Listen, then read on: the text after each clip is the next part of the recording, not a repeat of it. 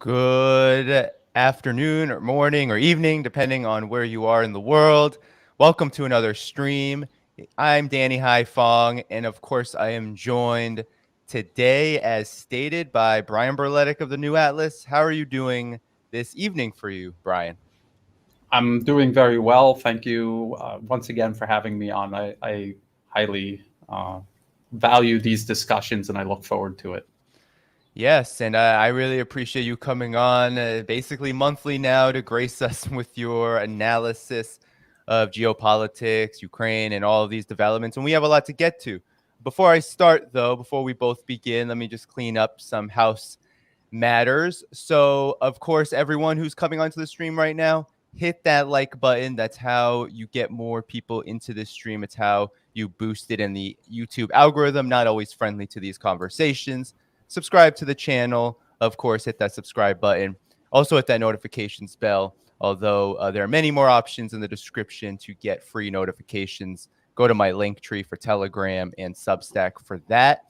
Also, I am doing a fundraising drive for technology updates, and tomorrow is my birthday. So if you want to grace my next year on Earth with a Patreon membership, that goes a long way in updating some equipment that I have long delayed getting. You can go to the link in the description at patreon.com/DannyHaiFong, or you can find other options in my link tree in the description, Substack. You can also become a YouTube member. And of course, super chats are always appreciated. All right, Brian, let's get started, though. We have a lot to get to. It's been quite a busy week, and it's been about a week since I've been live. So I would like to get your opinion on your reaction to earlier last week. There was a drone attack on the Russian government, on the Kremlin, and many have suspected, observers have suspected, that Vladimir Putin was the target. Some say that it could have been the Senate building in Russia that was the target, but it's obvious that there was a concerted and intentional effort to strike the Russian government. Many observers also believe that this leads directly to the Kiev regime. And before I get your reactions, Brian, I just want to show folks what happened really quickly. I did pull up a video on this. So this is from The Sun, which is reposting from Reuters, which is reposting, I think, from a Telegram channel. But here's the video.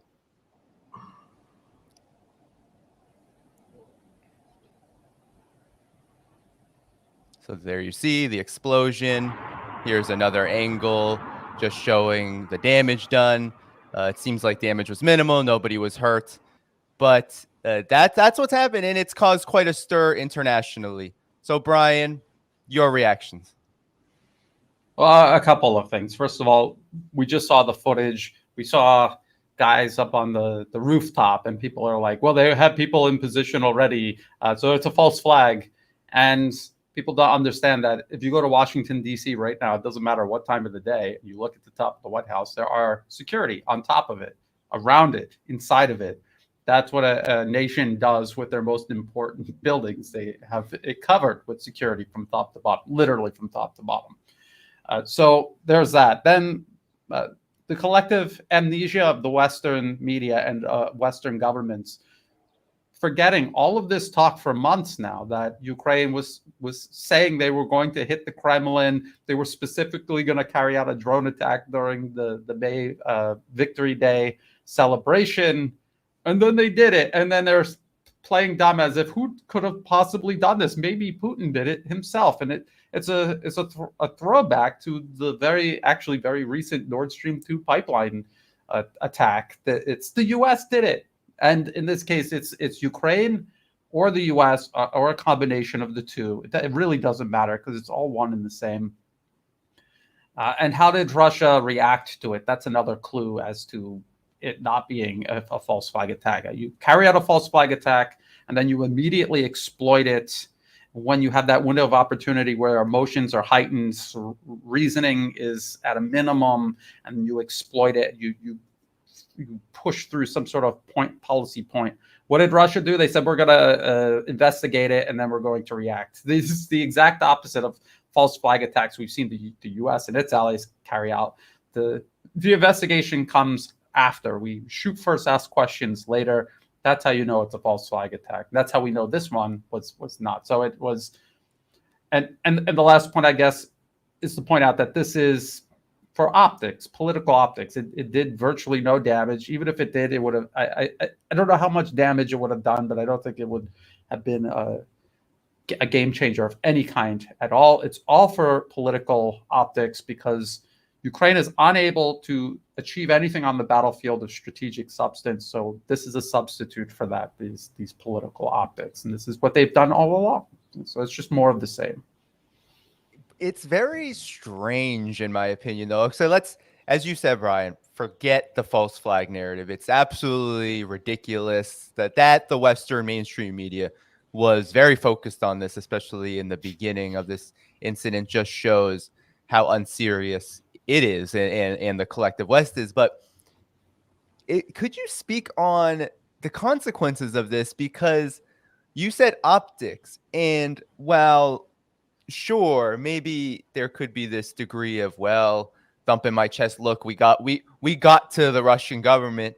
At the same time, basically the entire international community, there's really no one that's signing off on this. Not even the United States will endorse this action. I'm just wondering, was this actually beneficial to Kiev? I'm wondering your opinion of that. Not really, but nothing that Kiev has done since 2014 has been beneficial to Kiev. I mean, this is the other point to make. People are saying, well, all it does is give political capital to Moscow. That's all Ukraine has done since 2014 is give political capital to Russia to justify some sort of military operation against Ukraine, which was the whole point all along. It was to create a proxy war with Russia through Ukraine. So everything from 2014 onwards, waging war against Russian-speaking Ukrainians, banning the Russian language, arming up to the teeth, just like Georgia did ahead of their 2008 attack on Russia. This was all done to provoke Russia, and now they've done this drone attack to, again, provoke Russia and to just keep the conflict going. And in China has reacted to this. China said, of course, came out wholly against any kind of assault on states and their institutions, especially their leaders. It's not surprising there. But in the Global Times, there was an interesting op-ed where they had their experts weigh in and said, well, Russia could and perhaps would be justified in matching kind of eye for eye here, right? How do you see Russia reacting exactly? China didn't say that was going to happen, but that just by doing this action, just from whoever within Ukraine's, military government apparatus, intelligence, whoever was behind this, really was provoking a potential reaction. And I'm wondering, what kind of reaction do you feel like Russia will take? It's hard to tell, but one thing we do know, it's not going to be immediate. It hasn't been immediate. So this just leaves the question hanging over the head of everyone in Kiev. When and how will Russia retaliate? And again, as I pointed out, when it happens, and as Ukraine does these sort of things, they're giving political capital to Russia to do other things, like if they needed to do another mobilization, or if they need to further mobilize the economy and industry. They have the ability to do that. They will have the support to do that because of these provocations by Ukraine. It's just like when they attack over the border to Belgorod or attack Crimea, the bridge, all of these things. These all add up in the minds of the collective Russian population. And this gives political capital to Moscow. And people would say, well, why is Kiev doing that? Because, again, it's a proxy war. It's meant to be fought to the last Ukrainian. And this is how they in a very crude way, grease the skids to keep this moving in the direction Washington wants it to go. Has Zelensky said anything about this? Because he was not in Ukraine when this happened. He was, I believe, in Finland. Now he might be done with this trip by the time of this conversation, but he was in the Netherlands after that, of course, doing what he always does, which is trying to scratch the backs of the collective West for more military support and political support for the war effort. Why? I mean, do you think this was a coincidence? Why was he not in Ukraine? I mean, it kind of points to something stinks here, right? It does. It's very suspicious that this attack was carried out while Ukrainian President Vladimir Zelensky was not in Ukraine. He was traveling abroad, which would have been the safest place for him to be when this was carried out. And this raises suspicions that he had knowledge of the attacks. But when you think about it, if people in around him in Kiev and also in Washington wanted to frame him and wanted to escalate things, they would have known that he was going to go on this trip, and they would have timed it for that. Also, it could have been a coincidence. We just don't know. But these are all possibilities to keep in mind as more evidence comes out. These are the possibilities to try to sort out, I guess you would say. Yeah, and before we move on to another kind of odd situation going on when it comes to this conflict, could you just give an update on where things are on the battlefront? Because this drone attack had an air of desperation to it. You talked earlier about optics and how it just gives political capital to Russia anyway, and it's a proxy war, so prolonging the conflict is actually the goal here. But it does have this air of desperation where, I mean, it didn't work. It wasn't even close to working. I don't think I don't think there was any chance it would have been successful. But I guess I'm wondering, is there anything related to the battlefront that would provoke Ukraine to do such a thing? It just seems very odd, but at the same time, there is a conflict happening on the ground. I'm wondering what's going on there. It's a good question. We see Ukraine preparing for this counteroffensive, supposedly a spring counteroffensive, maybe a spring-summer counteroffensive at this point. And that if we zoom out, we'll notice that actually Ukraine has been carrying out a multitude of attacks. They were attacking at least two oil refineries, derailing trains, doing all kinds of attacks like this. So it fit in perfectly with the pattern that has been unfolding. And this is basically their shaping operations. They're shaping the socio-political landscape for their offensive, trying to create fear, in uncertainty in the minds of the Russian population. Look, Putin can't protect you. We can strike anywhere, and then they'll launch their offensive, and it'll all kind of dovetail together. This is what I think. I think this is the reason they are doing this, and it was part of that. I don't think we've seen the last of it. I think they will continue attacks like this, whether it's counterproductive or not. It's all part of the upcoming offensive. And I think we will see the offensive begin shortly. It seems as if they finally made the decision that they've got to go. And if they wait any longer, will it benefit them? I don't know. It seems like it's imminent. Well, you mentioned how these attacks have been ongoing, and we've had Dario Dugina killed by Ukraine terrorist attack. We've had Mr. Tatarsky, I believe his name was, another journalist who was assassinated via a disgusting bombing in St. Petersburg. And today, actually, there's another Russian journalist. Of course, what does the Collective West say? They say they are bloggers. They are not journalists. They are just bloggers. And here it is, Zakhar Prilipin. He is injured. He was also victim of another bombing. A prominent pro-Russian writer, pro-Russian, of course, prominent Russian writer and blogger. They say journalist. He has been pretty significantly injured, and that happened within the last 24 hours. So, Brian, I thought Ukraine was I thought the United States and the EU were defending a democracy, that this is an unprovoked invasion, that Ukraine is, just some lily white, angelic regime that is just a victim. But here it seems like a direct assault on journalists is a very strange way of enacting democracy. I'm wondering your thoughts. Absolutely. that all of that talk about human rights and democracy is a smokescreen. They don't stand for any of that. As a matter of fact, as you just pointed out, they're actively undermining all of that. So I see people in the comment section asking about Gonzalo Lira. They just arrested Gonzalo Lira. And before the show, I mentioned that the Kharkov Oblast Prosecutor's Office, their YouTube channel, published the evidence of Gonzalo Lira's crimes, which were saying, there's Nazis in the Ukrainian government. And the Ukrainian government from 2014 onward has been shelling the Donbas region.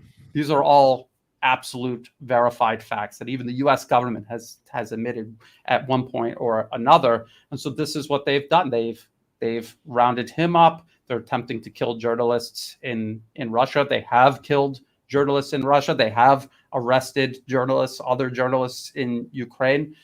They've suppressed the opposition. They control the media utterly. These are all the hallmarks of an actual dictatorship. And yet we're told that they're fighting for Western values. And in a way they are, because actual Western values at this point is hegemony and domination at all costs. So in a way they are telling the truth. But the idea that they're trying to get across to the public is that, no, they are fighting for Western values, democracy, human rights, and free speech. When again, we're watching it unfold. They're doing the exact opposite. Yeah, and these words appear to be nothing but a smokescreen. And actually, I think the most dangerous part is these words now, democracy and human rights, are so weaponized that they literally become synonymous with these acts of terrorism and repression. I mean, that's very serious. What's happened? I mean, there's this Meritovitz list, right? That this Ukraine think tank connected to intelligence, right? It has all these names on it, prominent people. Brian, are you on that list? No, I'm on the Ukrainian government's official Russian propagandist list. Okay, I'm on that one. Yeah. But pretty probably know Earl Grey, Mike Jones. There's pretty prominent folks. Scott Ritter, I believe, is on that list. There's a lot of folks on that list who simply are saying, I'm sure Gonzalo Lira was on that list, almost 100% sure. And these are people, regardless of what you think of their overall politics, they all speak out against Ukraine and the collective West narrative. And that is leading to violence. And what I want to ask you, Brian, is, I mean, has Russia been doing the same thing? Because it doesn't seem like it has been. Even just the reaction to the drone attack. Investigation, we'll look into it, then we'll respond in kind. I mean, you have Ukraine here literally going after journalists just for speaking against the narrative. Yeah, well, at the end of the day, Russia is fighting a conflict for its own self-preservation. This is the U.S. and NATO fighting Russia through Ukraine, and for journalists in Ukraine speaking up against the Ukrainian government, they're speaking up because there are actually Nazis in the government and in the military. There are units of Nazis incorporated officially in the armed forces of Ukraine. They have been shelling and killing their own people since 2014. These are facts. This is reality. And so people speaking up against that, they are on the right side. They have the moral imperative. Ukraine, the government, and its supporters do not. And so if you're in Russia and you're supporting a regime run by Nazis or utilizing Nazi military formations, shelling the people of the Donbas, maybe you should go to jail, because what are you doing? What are you supporting? Are you actually a journalist? Are these people journalists? Or are they just are they doing journalism, or are they doing propaganda in the service of something that is absolutely and objectively unjust? So, but there are a lot of critics of the Kremlin in Russia walking around free, not being put into jail. We're probably going to be talking about Prigozhin here pretty soon. He has, in a very major way, criticized the Kremlin, so he's still walking free for now. So there is some contrast there, and I think people should take note of that. Well, one last thing on this point, then, on this issue of the drone attack and the complete and utter assault on journalism by Ukraine. You mentioned the other way around. Maybe you should go to jail. Well, of course, there was the case of Evan Gershkovich I've covered on this channel. And, it's funny because the collective West doesn't like to be precise. They like to use labels, just throw them around, just confuse you. So we will support whatever they're saying about whatever issue, especially Ukraine, to just keep things going, keep the status quo going. But this gentleman, the so-called journalist for the Wall Street Journal, he literally was collecting intelligence. It wasn't that he received some kind of private leak. He was literally going after secrets. It wasn't like WikiLeaks, which received information that should be public from a source and protected that source. This guy was going around like Russia looking for information and trying to steal quote unquote secrets in order to posing as a journalist. And it's an entirely different thing, in my opinion, in my estimation. Yes. So I mean, when we're looking at this whole situation, we're talking about actual real journalism, and then we're actually talking about real espionage and real spying and real sedition. I mean, these are things that the U.S. has been sponsoring and carrying out around the world. Nations have a right to protect themselves against that. Again, you have to ask yourself, in Ukraine's case, are they really upholding their own sovereignty? And the answer is no. Their sovereignty ended in 2014. What they are upholding now is the political capture of their country by the United States and its allies, and this proxy war that is being carried out using them, through them, and at the cost of their own peoples. This isn't about fighting. This isn't about jeopardizing, undermining Ukraine's best interests. It's actually speaking up against this is in the interest of the Ukrainian people. Look what's happening to them, and it's not as if there's two versions of reality. There is only one version of reality, and all of the objective facts support this reality that it is a proxy war, and that people speaking up about it are justified, and that the people on the other side are engaged in sedition, are backed by the U.S. They are in Russia, they're in China, they're here in Southeast Asia, undermining sovereignty, while people speaking up in Ukraine are in defense of Ukraine's sovereignty, ultimately. Yeah, and it's absolutely ridiculous. It's absurd when you think about it too, Brian, because all the things that, let's say, you cover, chief Russian propagandist, according to Ukraine's government, or Scott Ritter, or even someone like Gonzalo Lira, whose Ukraine coverage has been quite good. All of it, as you said, couldn't be but of benefit to the people of Ukraine, because it's a disaster right now. Ukrainian military personnel are dying in the tens of thousands. Ukraine's economy is a basket case. It's completely looted and plundered. It's poorer than it was before the conflict, which is incredibly dire because it was already one of the poorest countries on the continent. So all that is to say is that by suppressing people like Gonzalo, or all of these horrific car bombings and terrorist attacks, that only serves to prolong the war, and that's not good for Ukraine. It's not good for the world overall, but it's definitely not good for Ukraine, right? No, it's not good for Ukraine at all. I mean, look at what's going on. So people honestly have to look at each incident and each conflict, and really follow the facts, follow the money, and objectively figure out what's going on, instead of trying to look through it through some sort of ideological lens that a lot of people carry around.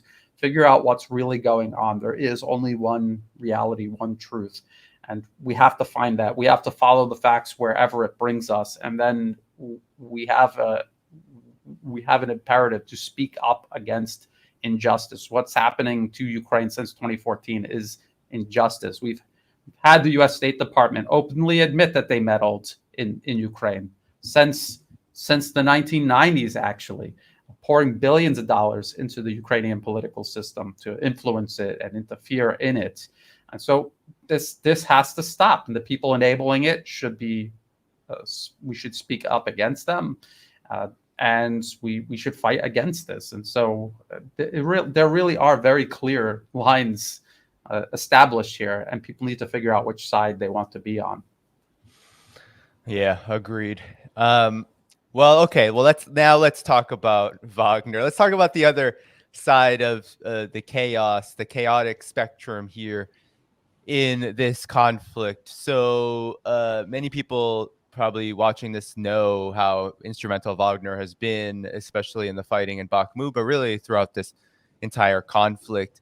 It's the private contractor, the private military institution of Russia. And Mr.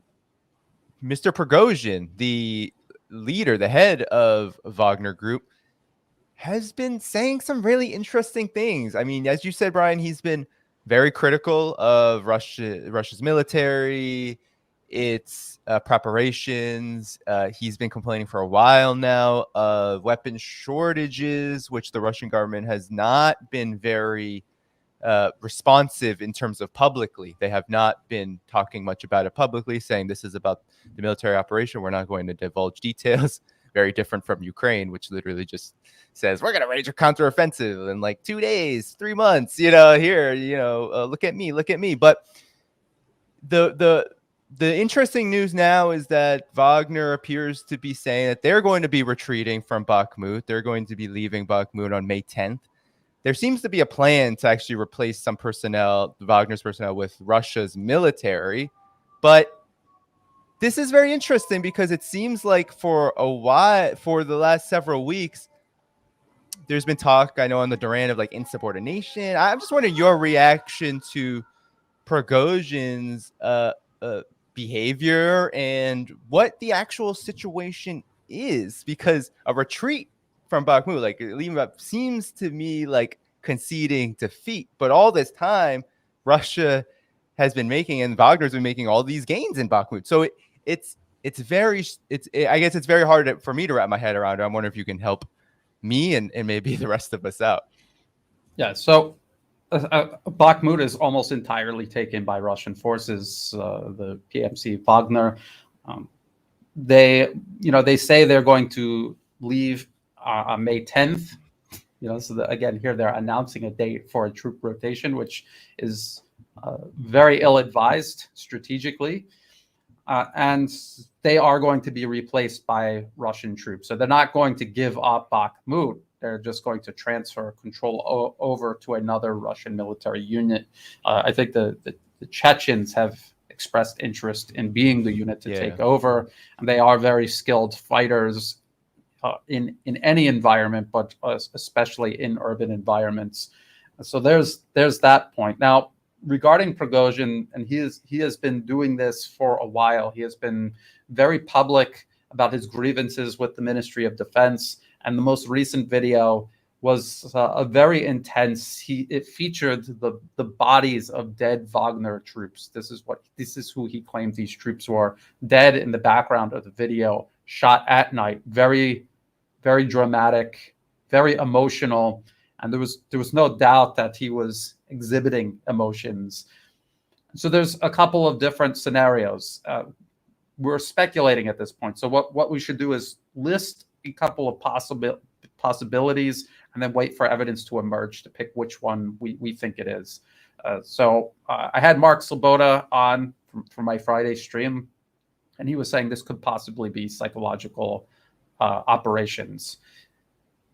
The Russian military in general, they like to have one of everything, so that they'll have a large number of a certain type of tank, but they like to have another, like they don't pick one or the other. They want to in some way have both. The Russian military overall is highly disciplined, very quiet and secretive regarding strategic matters, logistics, just as you said. So they're never going to act this way. And so if there is any sort of psychological operation that you want to conduct, you could not do it convincingly using any other unit in the Russian military, except for Wagner and Prigozhin. So this was the argument Mark Sloboda was laying out, and it's very convincing. And so we should keep our mind open to that one. And the idea is to signal weakness to draw in the Ukrainians when in reality you're not weak and you're fully prepared to receive a counterattack timed for this troop rotation, possibly disrupting the timetable for the Ukrainian offensive. That could be one possibility. Another possibility is that Prigozhin is he has a stake in this personally. It's his private military company. He is not the military commander of it. There are actual military commanders with experience running those matters, but he is the figurehead of the organization. And maybe he has the ambition to take Bakhmut and to take Bakhmut, say, before Victory Day on May 9th. And so this is the obsession with territory in a war of attrition. He's going to spend lives. He wants additional ammunition to take that territory and secure the city by a certain date. That's very similar to what Ukraine does, which is, again, it is a blunder. It is a strategic blunder to do that. Perhaps that's what he's doing. So he's getting enough ammunition from the Ministry of Defense to grind down the Ukrainian forces in and around Bakhmut, but he's not getting enough to actually take the territory that he wants to take for his own personal ambitions. That's another. So that's the second possibility. I'm sure there's more possibilities, but these are just the three that I came up with. There's also the possibility, and this was discussed by the Duran, Alex and Alexander of the Duran, also a very compelling narrative. He's been out there too long. He is not a military man. He is not a trained officer. Does not have the discipline of an officer or the military bearing or conditioning of a military officer. And that is very important. Warfare is extremely intense, psychologically, emotionally, physically, on all levels. And if you're not conditioned and prepared for that, it will destroy you. Even people who are conditioned can break. He's out there with these men.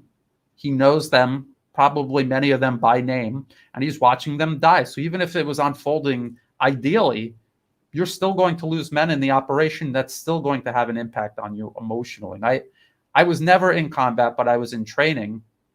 We did training exercises, deployments, different things like that. And the people you work with, there is this actual brotherhood. People haven't experienced it. Maybe it's hard to understand, but there is a real brotherhood that develops with the people around you. And in warfare, it's even more intense. So maybe this is psychological strain on Prigozhin manifesting itself in this way, and that he just needs a break. And maybe Wagner needs a break. They've been fighting intensely for months now, and now maybe it is time for them to withdraw, refit, as all military units have to do in a conflict like this. Yeah, I mean, it's all very interesting, given that there, of course, has been all sorts of debate about Wagner, its role, its strength, and what it can do versus what it can't do. You know, I also found very interesting in this situation with Prigozhin is that things did seem pretty unstable for him personally, like how he was reacting to developments. You know, you had him, you know, one day say the counteroffensive has begun, you know, help us, and then the next day saying, oh well, May 10th we're leaving. So that is not the kind of stability you would expect, from someone who you know, has been tasked with such a brutal campaign. I mean, a war of attrition in Bakhmut has been very brutal. And his behavior, whether it's a psychological operation or it's his ambitions, or maybe a psychological unraveling of himself, no matter what it is detrimental overall, unless the point is to mislead Ukrainian war planners. It is detrimental to Russia's overall war effort. And this was another point that the Duran made. This is not how Russia operates in general. And so why is this happening? How is it being allowed? And how will it be resolved? So in the coming days and maybe weeks, we will see developments, and it will make it, I think, more clear what this actually was. Right. And I'm wondering what you think about the impact of this is or could be on the battlefield, because there seems to be, I mean, Prigozhin was kind of like a walking contradiction here, right? Saying we don't have enough, the counteroffensive has begun. talking about all of Wagner's problems, yet they have been making quite massive gains on the battlefield over the last several months, in Bakhmut in particular. And then you also have, while Prigozhin is kind of sounding the alarm, you also have different Western mainstream media outlets, and here's just one of them, Newsweek, talking about Russia having some pretty huge advantages, which seem to complement what Wagner would be doing on the ground. And Newsweek is asking, as of May 5th, will Putin unleash Russia's colossal air force on Ukraine? And even just the first couple paragraphs talking about how, while Russia may have performed poorly at the start of the war, the Pentagon leaks last month showed that Vladimir Putin has a huge prospect of returning to the sky to change what's happening on the ground, talking about how Russia has this air superiority and still has the second largest air force with 900 fighter jet, 120 bombers. What do you make of this? Because, well, you have Prigozhin on the ground saying things are bad for us, we need to stop. You have the Western mainstream media saying, actually, while they claim that things were so bad in the beginning for Russia, are now admitting that things are not so good for Ukraine given Russia's superiority in just this one area in the air. And I'm sure there are more advantages that Russia has than just this. Yes. So you're right. And Bakhmut is just one battle amid a much wider war. So it's important to keep that in mind when you're on the battlefield. And even I experience this when we're in training. There's compartmentalization in terms of what people know, and very few people have an overall entire picture. I highly doubt Prigozhin has an overall picture of what the Russian general staff are doing. And so from his point of view, it may seem that way. Or again, it could be a psychological operation. But overall, you're right. Western analysts continuously refer to this as sort of a cycle where Ukraine carries out their offensives, they reconstitute their forces, and then they carry out another offensive. And Russia is just doing whatever it's doing. It's their winter offensive failed, which they never said they were going to do a winter offensive. There wasn't a winter offensive. So there's that. In reality, there is this cycle of offensive, expending all of their men and equipment, and then waiting for NATO to deliver more. But it's within a linear process of attrition where even as this cycle goes around, each time it goes around, NATO resources are increasingly depleted and more unable to replace certain things. So air defenses is one of them. NATO has never been strong in terms of ground-based air defense systems. They have always operated from a philosophy of establishing air superiority with a huge number of warplanes. Ukraine does not have an air force at play.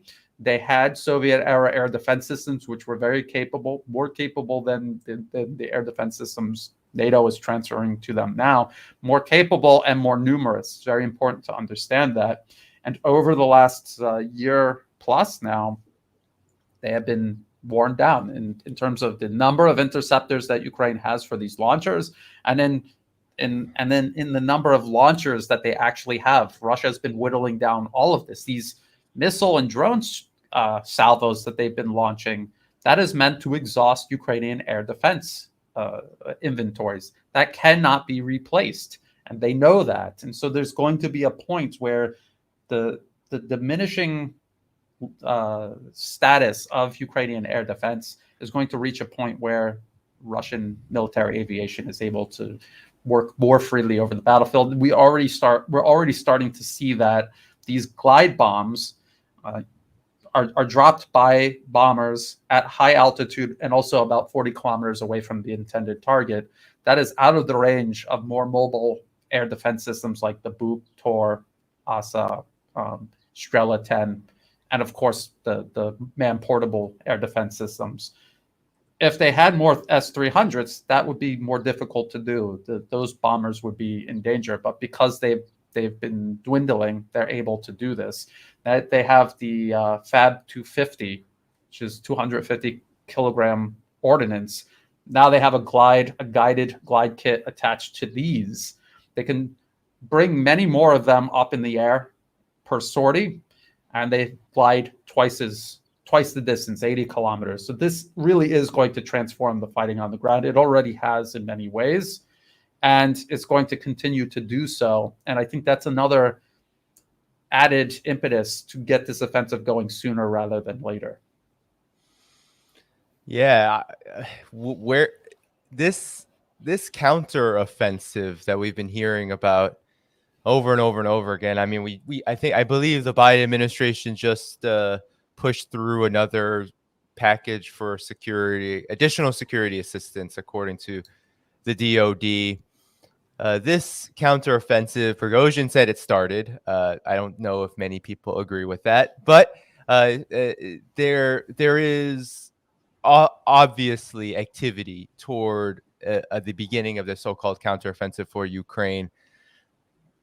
It seems like weeks at this point. Maybe it still is months. But I mean, is Ukraine prepared for this, Brian? I mean, we've talked about the weapon situation, a lot. But do you feel like Ukraine is prepared to launch this? No, they're not. They're not prepared. They have the ability to launch an offensive. They have the ability to concentrate the resources that they have been given along one or more points along the line of contact. They even have the ability, the potential to overwhelm Russian forces locally.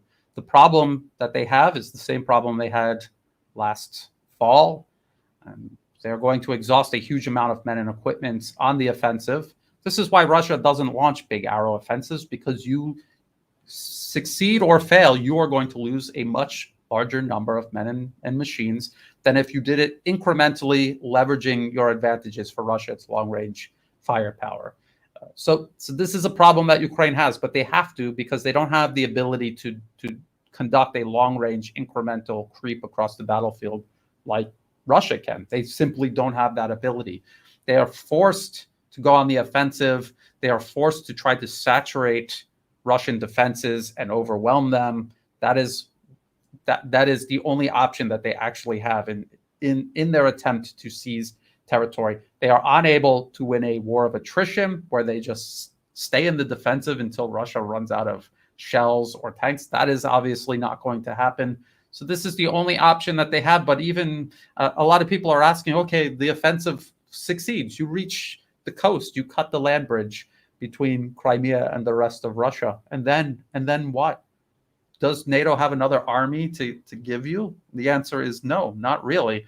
Does NATO have the ability to continue arming Ukraine and keeping the conflict going for more or less indefinitely? Yes. But for another offensive like this, no. So this is the problem that Ukraine has. Yeah. And I guess what's pretty just incredible about that is that you're almost saying that NATO, the collective West, the US at the head of that, of course, has the capacity to keep this at maybe a quote unquote stalemate, meaning there's not major progress on either side.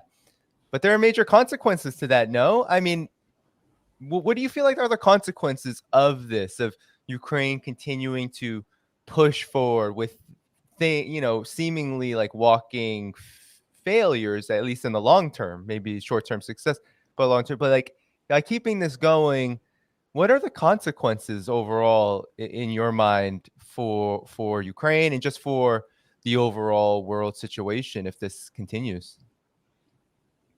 What they call superficially a stalemate is actually a war of attrition that Russia is waging. So if at the end of the day, Russia destroyed more men and equipment on the other side than they lost, that really actually isn't a stalemate. In terms of territory, yes, but in terms of attrition, no. And this is what the Western media and Western analysts have consistently gotten wrong about all of this.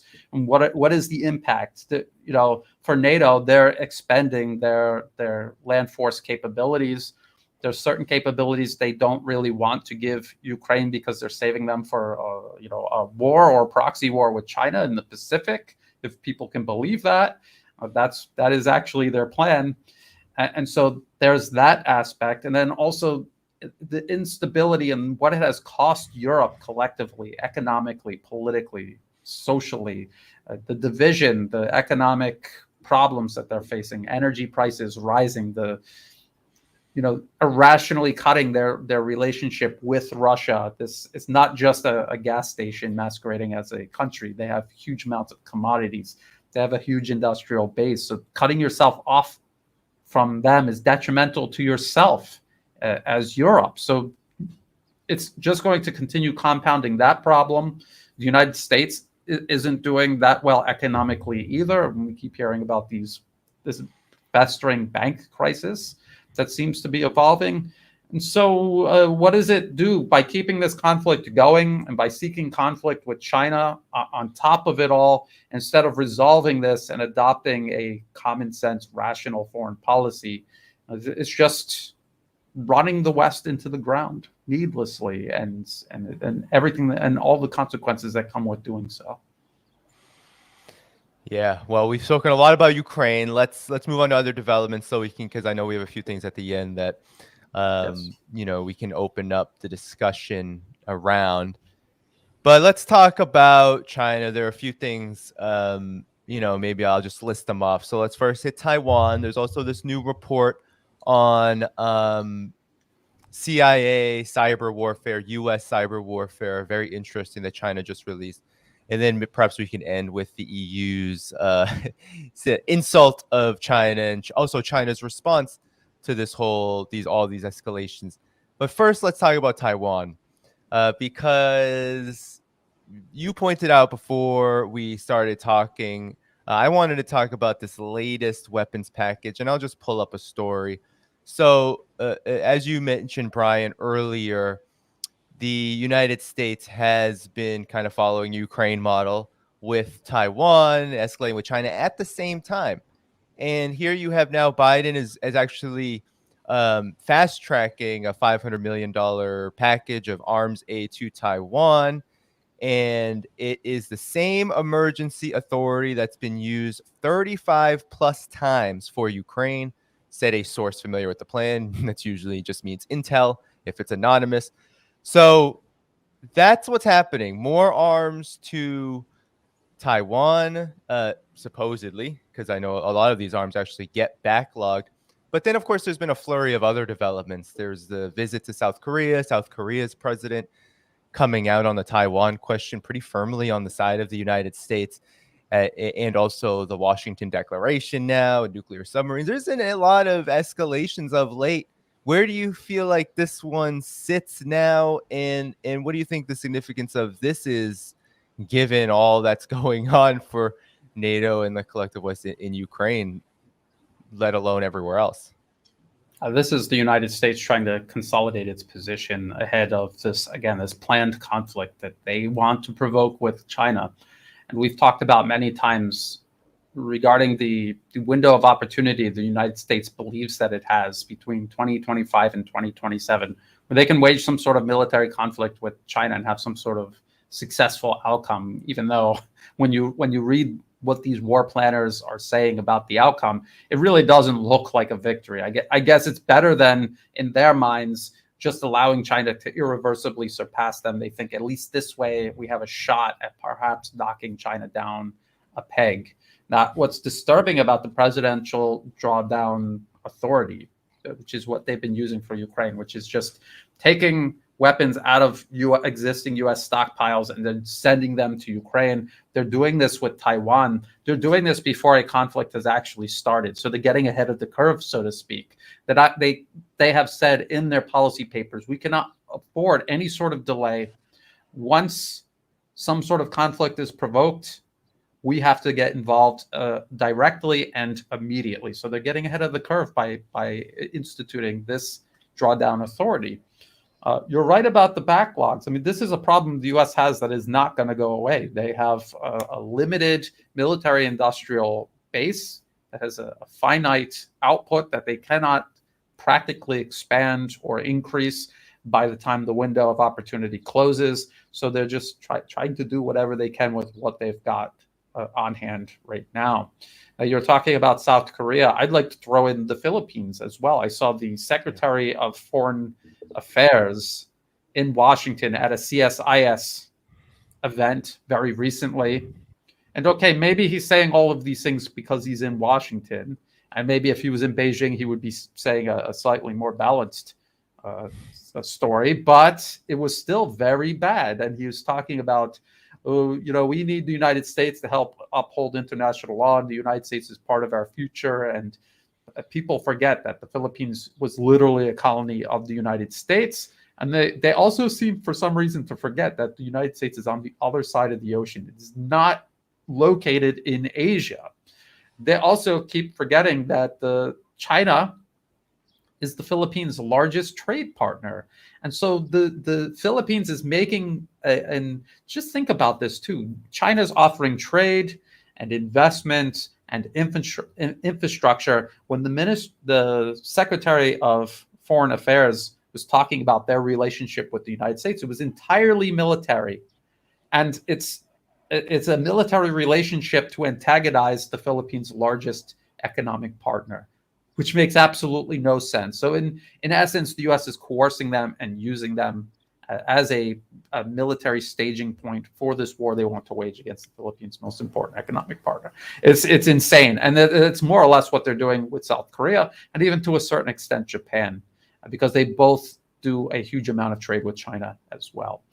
So the nuclear submarines, again, the nuclear submarines in South Korea, U.S. nuclear submarines in South Korea, people have made the point that this is only going to encourage North Korea to expand its nuclear program. It's not going to deter them in any way. I was talking with AJ from PTE Geopolitics, and he was talking about how, when they launch the missiles, they're not going to launch it from a South Korean port. They're going to launch it from way out at sea. That's the whole point of having intercontinental ballistic missiles. So they're only there to provoke North Korea, to create a pretext to keep or even expand the U.S. military presence there, which ultimately is there to contain China. That is the whole point. So this is how the U.S. has elected to continue its relationship with the Asian region. And essentially, it is an occupying military force, coercing governments to act against their own best interests. Exactly. And as you said, yeah, the Philippines was colonized. It was a brutal, it was a brutal occupation Yes. that was actually an open conflict. Lots of people died during that time, pre-World War II era occupation. And the current president is the son of kind of a notorious dictatorship, servile, more aligned with the West. But despite this, he has been also very much willing to engage and even expand ties with China. But earlier this year, we also had the Philippines expand military base cooperation. I believe 4 new bases were given access for the United States. And as you said, yeah, this feels like an intensified attempt to align these key players in Asia against China. Do you feel like this is going to work, Brian? I'm very skeptical, despite South Korea, even Taiwan. Taiwan, I see a lot of people commenting about Taiwan's president and being so servile to the United States, and all of that is true. But do you feel like this is going to actually meet the objectives that the U.S. is setting out? No, I don't. But I think it will replicate what we see going on in Europe, where you have most of an entire region destroying itself for U.S. Geopolitical ambitions.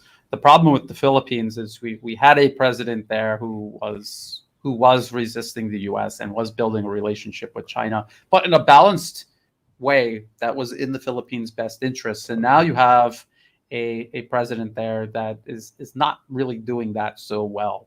And the problem that the Philippines has, and this was a point that the Secretary of Foreign Affairs made, the Filipino Secretary of Foreign Affairs made in Washington at this event. He was celebrating the Fulbright program, the U.S. Fulbright program, and Peace Corps, and how long it's been going on in the Philippines. And the person who introduced him was talking about how this is how we create the next generation of leadership in the Philippines who are going to be part of this alliance. And in reality, it's not an alliance. It is subservience. So they are creating compliant, obedient politicians who make up a ruling class that are basically just U.S. proxies. That is what empire has always done. People focus on the military. There's an administrative aspect to it that is boring and people ignore, but is very powerful. And what it does is create a whole class of people in a society that will do what the U.S. wants at the expense of their own people. This is the problem the Philippines has. Who's going to take over and fight for the interests of the people of the Philippines itself? And that it's not very clear who that might be. You talk to people from the Philippines, there are a lot of people who disagree with this and see how dangerous this all is, but unfortunately they're not in charge. And the U.S. does this all across Asia, and in Japan and South Korea, but also here in Southeast Asia, where I am based. And you can see it growing and festering like a disease that is just taking over the body politic. Oh, yeah. And I know you speak a lot about the history of colonialism as it relates to Asia and really much of the world. And this gross interference by the United States is all about cultivating, as you said, these compliant leaders. And Rodrigo Duterte, before Mr. I think his name's Baba Marcos, Bongbong Marcos, Ferdinand Marcos, the second son of the old, very pro-West regime in the Philippines.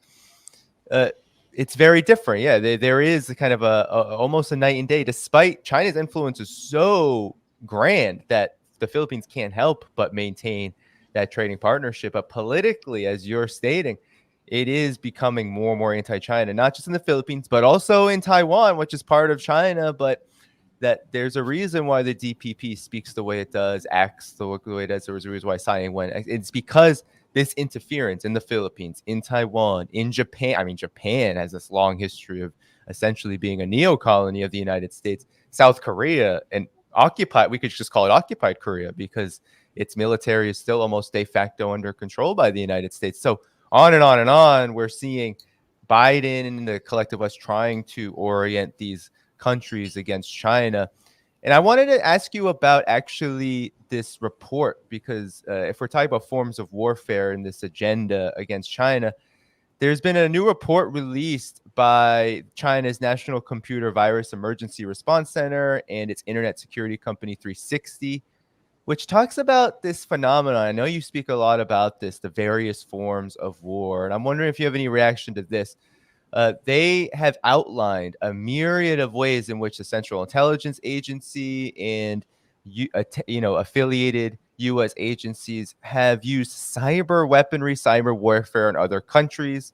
It talks about its own experience through Vault 7 leaks of WikiLeaks showing that the CIA had actually hacked into major Chinese industries for like a 9-year, they say ongoing, actually, a 9-year period beginning in 2011 ongoing. Also, there is the Northwestern Polytechnical Institute in China, which had private information of staff stolen. But we can go on and on and on of countries like Iran and Syria that have experienced cyber warfare from the United States, and China has put it all together in one report. What's your reaction to this, and where do you feel like it fits in this larger strategy that the U.S. has vis-a-vis China? I actually have not read the report yet, but I wrote it down. I'm definitely going to check it out. But what I will say is that we're in the 21st century. It's the year 2023. And we have to think of information space as another domain, same as the air, sea, land. A nation protects its land borders, its airspace, its shores with a military, an armed military. And they're very serious about protecting the sovereignty. But in terms of information space, this other domain, people don't see it in the same way, except the United States does. In its multi-domain military theory, the information space is just another domain to invade, conquer, dominate in a targeted country. And so what you see is, and they're not going to do it with tanks, they're going to do it with their IT companies. So like Google and Facebook and Twitter, they had all been working with the U.S. State Department and the intelligence agencies doing precisely this. They create, basically they get inside of a country. They discourage that country from developing its own social media platforms. They also discourage them from banning or prohibiting, say, like Twitter or Facebook or YouTube. So what they want is to keep that medium there that they can control, so that they can dominate that domain. And what does that do? I mean, if you can convince people of anything, if you control media, or you mostly control it, you can convince people of anything, including adopting foreign and domestic policies that work against your own best interests. Think about Taiwan, these young people in Taiwan who want to be independent. There's no way Taiwan will exist as an independent country. Its economy will collapse. These people will be destitute, and they will essentially serve as just an unsinkable aircraft carrier for the U.S. And they will be subordinated by the U.S. indefinitely until something happens to the U.S., just like Japan or South Korea at this point. But they're able to do that by infiltrating and dominating the information space. So what it sounds like this paper is talking about is at least one aspect of how information space can be compromised and ways of defending it. And this is so vital, and every nation needs to start taking this much more seriously. Every country has some sort of ministry or department concerned with information space, but I don't think that they've rolled it into their military doctrine the same way the U.S. has, and it is the U.S. that is invading and attempting to dominate everybody's information space. So a very serious topic that I think doesn't get nearly enough attention. Hopefully this paper is an impetus toward rectifying that. Yeah, and the paper notes just how invested the United States is in this just one particular phenomenon, and perhaps you can relate it to some others that you've covered in terms of perhaps the more soft power, indirect ways that the U.S. tries to exert its influence and hegemony and dominance. The CIA, the report said, has 5,000 at least, but it says more than 5,000 hackers and 1,000 hacking systems. And it talked about all of these ways in which it infiltrates smart technology and computer technology, both against citizens, U.S. citizens around the world, as well as, companies and infrastructure. So could you speak about, like, what are these means? Like, how are they so important? Like, why are they so important? Because oftentimes, especially with Ukraine, we've been talking about what's happening on the ground militarily, shot for shot. But this does not get a lot of attention. This aspect. Yes, and it needs much more attention. So in terms of the means, we've already talked about social media platforms, and we all have experienced how these platforms are manipulated by the U.S. State Department, intelligence agencies, even the military. Western militaries have manipulated it. And they've used it for color revolutions, and even in the middle of a war. NAFO is an example of this toxic cloud that they are able to create with disinformation and does just disruptive narratives that muddy everything and disrupt everything, distract, divide people. So there's that, and you have these armies of hackers. They have developed software where a single individual can have about 1,000 sock puppet accounts, where they can control that, and they can create that type of presence on a platform like Twitter. So you see people saying, everyone has this experience. They're looking at Twitter and they see these horrible people saying these ridiculous things, and they have so many tweets and so many followers. How much of that is genuine, and how much of that is the illusion of popularity and credibility? And so this is something that they are extremely focused on. And we see how nations like Russia and China and others, actually, Vietnam, I think, has or is developing its own social media platforms. They create their own social media platforms that they themselves control. And maybe the government there might abuse it, maybe not. But at least the people in that country have one less degree of separation between themselves and these platforms, and the ability to control or direct what might happen with them, how they're used. So that's one aspect. Another is hardware. We know that the CIA has worked with IT hardware companies to physically install components or modify components on computers to give them access, backdoor access, which is why countries need to start making their own computers, their own chips, and their own everything. It's just like, again, it goes back to the analogy of defending the traditional domains, air, land, and sea. You're not going to have the US come in and patrol your streets or your borders. You will do it yourself, and you will try to do it with as much equipment that you can produce yourself, because you know that equipment inside out, you know what was done with it, and you have control over it. You don't want to depend too much on another country. That's why Russia and China invest so much in military hardware. And so the same goes for information technology, computers, chips, smartphones, everything, because they are all vectors for this type of security compromise. And by controlling that, you're closing those loops, you're closing those vulnerabilities. Totally. Well, one last topic, and then we have some things we definitely want to open up to. So I wanted to speak to you about this. There has been, of course, we've covered together China's peace proposal around the Ukraine conflict. We've covered, reactions to that. Of course, Xi Jinping recently spoke on the telephone with Vladimir Zelensky. Not much coming out of that other than seemingly Zelensky affirming everything that Xi Jinping said, and that was kind of the call.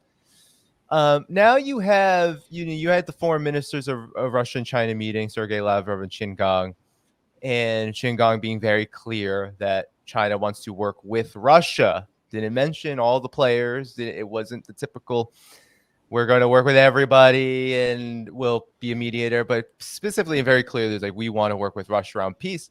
And then you also had, at the same time, Josep Borrell. We bring him up a lot. He is the so-called top diplomat of the European Union.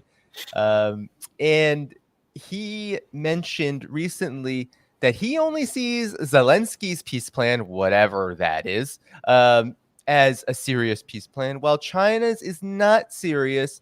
And he intimated, of course, this longstanding narrative that China is supporting Russia, so it can't actually be serious about peace. What's your take on this? What's your reaction? It seems like the EU can't get out of its own way here.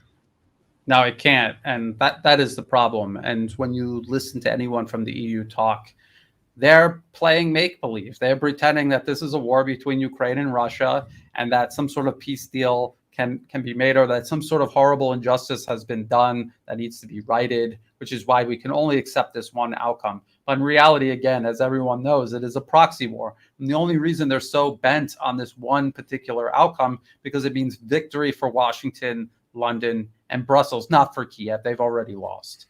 So when you listen to people in Moscow or Beijing talk, they have all been very clear that they understand that this is a proxy war, and they understand that. This is why President Xi Jinping hesitated for so long, and in such a minimum way has talked with Ukraine's leadership, because they're not actually leaders. They are proxies, and they are just fulfilling what they are told to do. And so we have one side that's connected to reality and thinking about how to resolve this. Really, we have another side that's playing make-believe, and they will only settle for victory on their terms, not Ukraine's terms. So this is the impasse.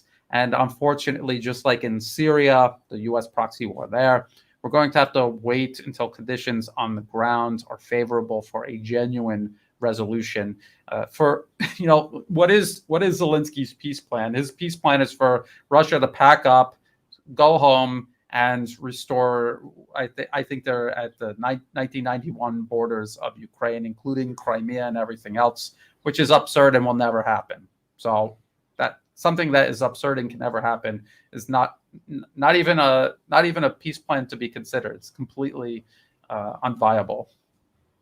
And I wanna actually pull up. I'm gonna pull up really quickly a direct quote. I find it to be absolutely absurd that Josep Borrell is saying this, but this came, during a press conference at the State of the Union 2023 conference in Florence. And here is a direct quote that I think should be highlighted. He said, The only thing that could be called a peace plan is Zelensky's proposal, because the Chinese peace plan, in quotes, well, it's not a peace plan. It's a set of wishful considerations, wishful thinkings, but it's not a peace plan. The only peace plan that has been proposed is by the Ukrainians, but certainly it has not been accepted by the Russians. So peace plans are good, but you need someone that wants to talk about peace, really. If you find someone who says, and this is, I mean, it's hard for me not to imagine both the EU and the US as he's talking, even though he's referring to Russia. He says, if you have someone who says, I have military objectives, I will continue bombing, I will continue fighting until I got these objectives. Well, what kind of peace talk would you want to do? So that's rhetorical. So I mean, they're talking about I mean, themselves there. It's projection, as always, with the EU and of course the US, which feeds into the mindset of the EU, which again, you know, I actually had an incomplete thought when we were talking about Asia. Look at what the EU has done. They have wrecked themselves as proxies for the US in this conflict in Ukraine, and that's what I fear. Even though all of these countries in Asia going completely against their best interests, people would say, no, they're not going to do that. Eventually the Philippines will come along. Eventually, South Korea and Japan are not going to dive headfirst into the wood chipper of proxy warfare. But isn't that what the EU has done? Isn't that what Germany has done? I mean, so it's very sad. And then that brings us back to Borrell. I'm talking about this. He's talking about themselves. They have a military objective.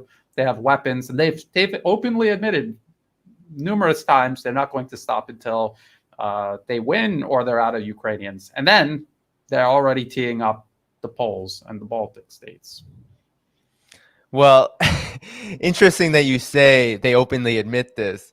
This is how Joseph Borrell kind of ended this rant on the issue of China's peace plan. He said, I feel as a diplomat, but I also feel as a kind of defense minister with the EU.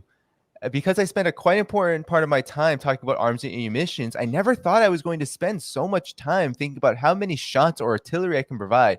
Can we Europeans provide to the Ukrainians? I mean, literally admitting that he is supposedly operating as a diplomat, but really he sees himself as both a defense minister who is primarily thinking about how much weapons he can get into Ukraine.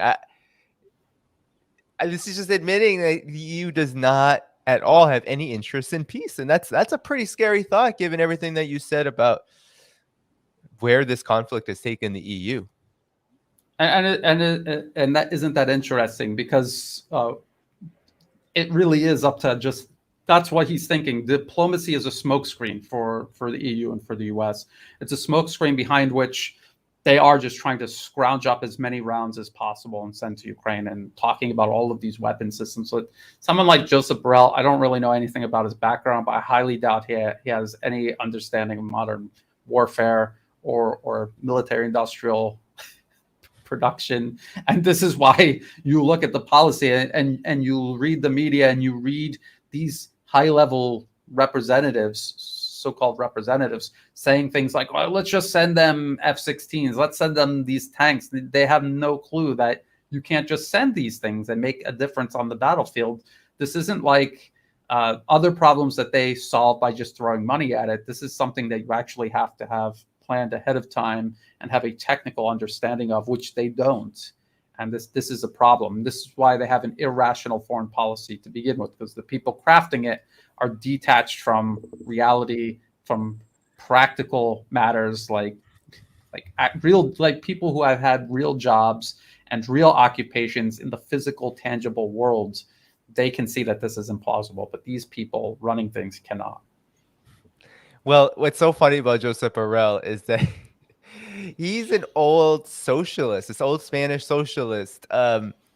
And what's so, I mean, this is a trend across the West. I mean, you know, you're a socialist, you know, in your activism and in non-political days, but once you get into the machinery, you are something quite different. And I could never imagine anyone seriously saying I'm a socialist and then literally coming out with publicly, this is not the moment for diplomatic conversations about peace. It's the moment of supporting Ukraine militarily in the war. This is coming out of his mouth, not just in this instance with reference to China's peace proposal, but every single time he's asked about the EU's role in Ukraine, like it's there. He at least he's honest, I guess, but it's that level of, just it seems like suicidal hubris, all at the behest of what?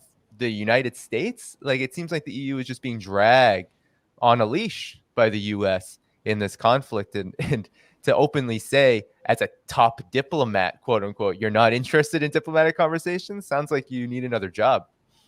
Yeah, I never would have pegged him as a socialist, but that's the thing, and we find ourselves talking about this more and more often.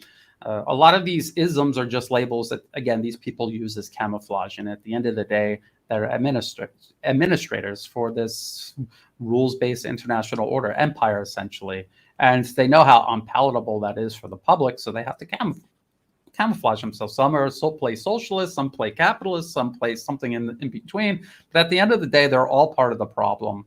And we're not going to solve anything until we realize that and we start looking for alternatives. And multipolarism is that alternative. Yeah, and I wrote in reaction to the report that one of the things about multipolarity that's going to be interesting to see develop is not just all these mechanisms we talk about, Brian, de-dollarization and BRICS and all of these multilateral mechanisms, but also how is global wrongdoing? Like how is that going to be held accountable? Because China is calling for it in that report, in terms of any kind of peace settlement, saying there needs to be accountability for wrongdoing, and especially wrongdoing that's never held to account. In this case, the so-called rules-based order.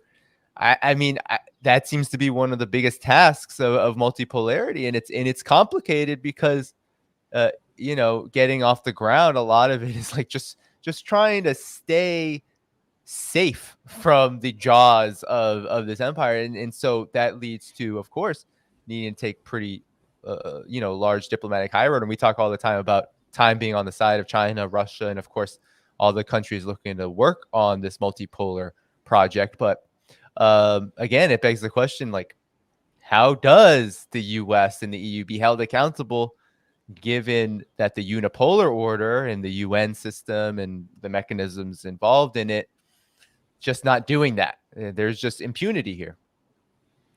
Yeah, well, and it's because in reality, might makes right, and so whoever has the most might, they are going to be able to determine what is right and what is wrong. And sometimes you have someone who is fair, and when they determine right and wrong, it is actually what is right and wrong, or say as it is right now, the West running things, they can define it any way they want, and it's almost always inverted. It's right is wrong, wrong is right. Multipolarism has a better chance of succeeding because it is a distribution of power. It's not concentrated in any one nation's hand. And so when they start determining what is right and what is wrong, it will be in a way that more people than not agree that, yes, that is right and that is wrong. Where the system we have now, it's just so transparently hypocritical and utterly absurd when they talk about what is right and wrong. How dare the United States wagging its finger at these international institutions? How dare how dare Russia undermine the sovereignty and territorial integrity of Ukraine? By the way, when are we going to get regime change in Syria? And our troops are standing by in eastern Syria for when that happens. I mean, that's where we are right now. So when will they be held accountable? It's an incremental process. Like you said, multipolarism has to be established. People have to continuously invest in it on all levels, on our level, also at the national level, regional level. We have to invest in it. We have to build it up. We have to prioritize. We have to take care of things like people need food and housing and infrastructure. And that is what's being taken care of right now. And I think eventually all the pieces will fall into place more or less on their own in a rational, logical way, and where priority and at the appropriate priority level. Exactly. And countries like Russia and China are dealing with what they can control. Like they can control how they develop their economies and how they relate to others. And that's what a lot of the mechanisms are all about, with whether it's BRICS and Shanghai Cooperation Organization just had their leaders summit.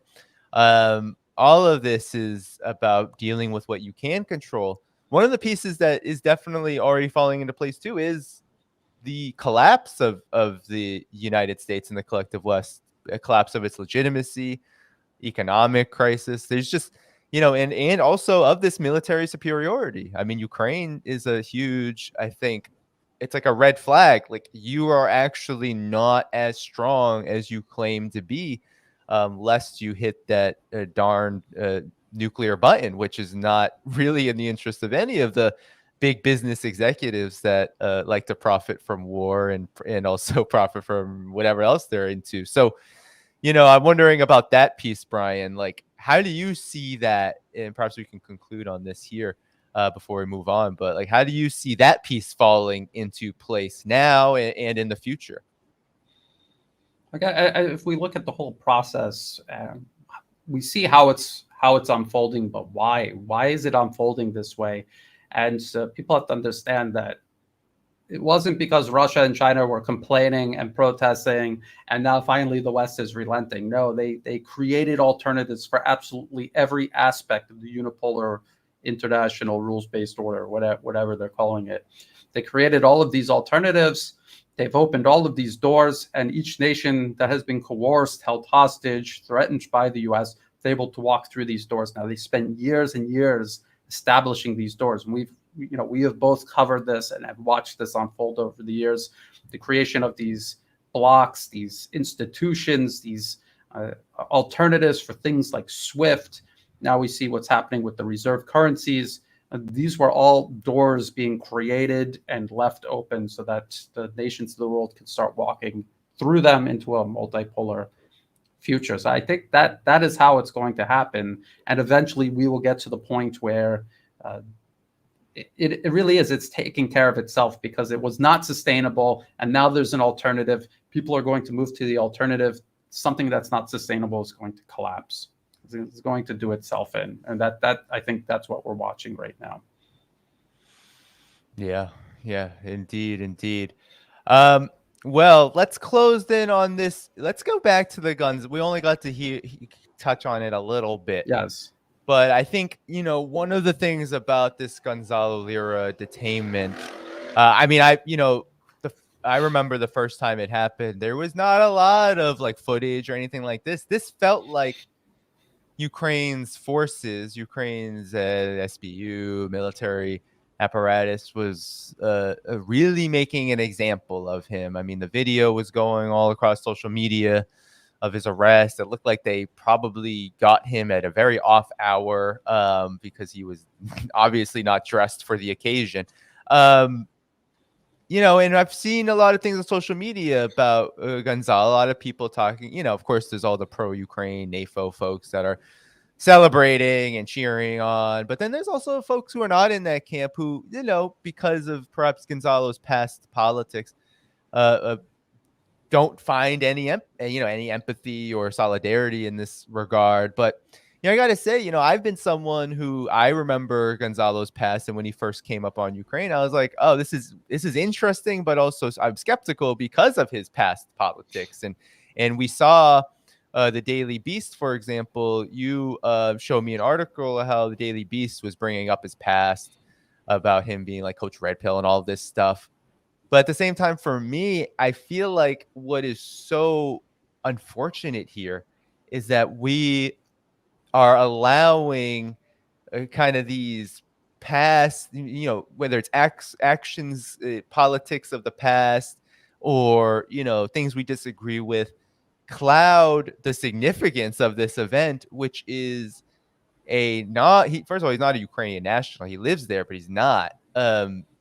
He's being detained for simply covering the conflict in a manner that goes against the Ukraine, Kiev, and of course NATO and the collective West narrative on it. So what we're seeing is actually someone being arrested, and who knows, what happens behind the closed doors based on their political views. And this is not something that's new in Ukraine or with its allies. It's a very stark problem. So anyway, any other thoughts you wanna say on this? Because we kind of lumped him in with the larger issue, but but I know you've been covering this quite a lot on social media. Yeah, I don't agree with everything Gonzalo Lira says about a lot of things. In some instances, I'm utterly opposed to some of the things that he says and does. But that said, we have common ground that we build upon, and I think we have collectively helped inform and educate people on at least that topic. And there were other topics that he had his own ideas on, such as China, that he has come around on. So he is a person who sees a certain amount of information and he's willing to change his point of view, which is kind of rare, actually. So I see people saying, well, he loves Pinochet and he's a fascist and he's a racist, so good. That's not why he got arrested. He got arrested because he was doing the right thing. He was speaking up about Nazis and about how a Nazi regime was shelling a civilian population in the Donbass for the last 9 years. That was the right thing to do, and that's why he got arrested. And we have to stop being childish and ideological purists. And when someone is actually doing the right thing, encourage them. It does not mean you're adopting his other views on things. We have had discussions about things we disagree on. I outright told him I disagree with it. I think that he's wrong. We're adults and we're human beings. We have to talk to each other.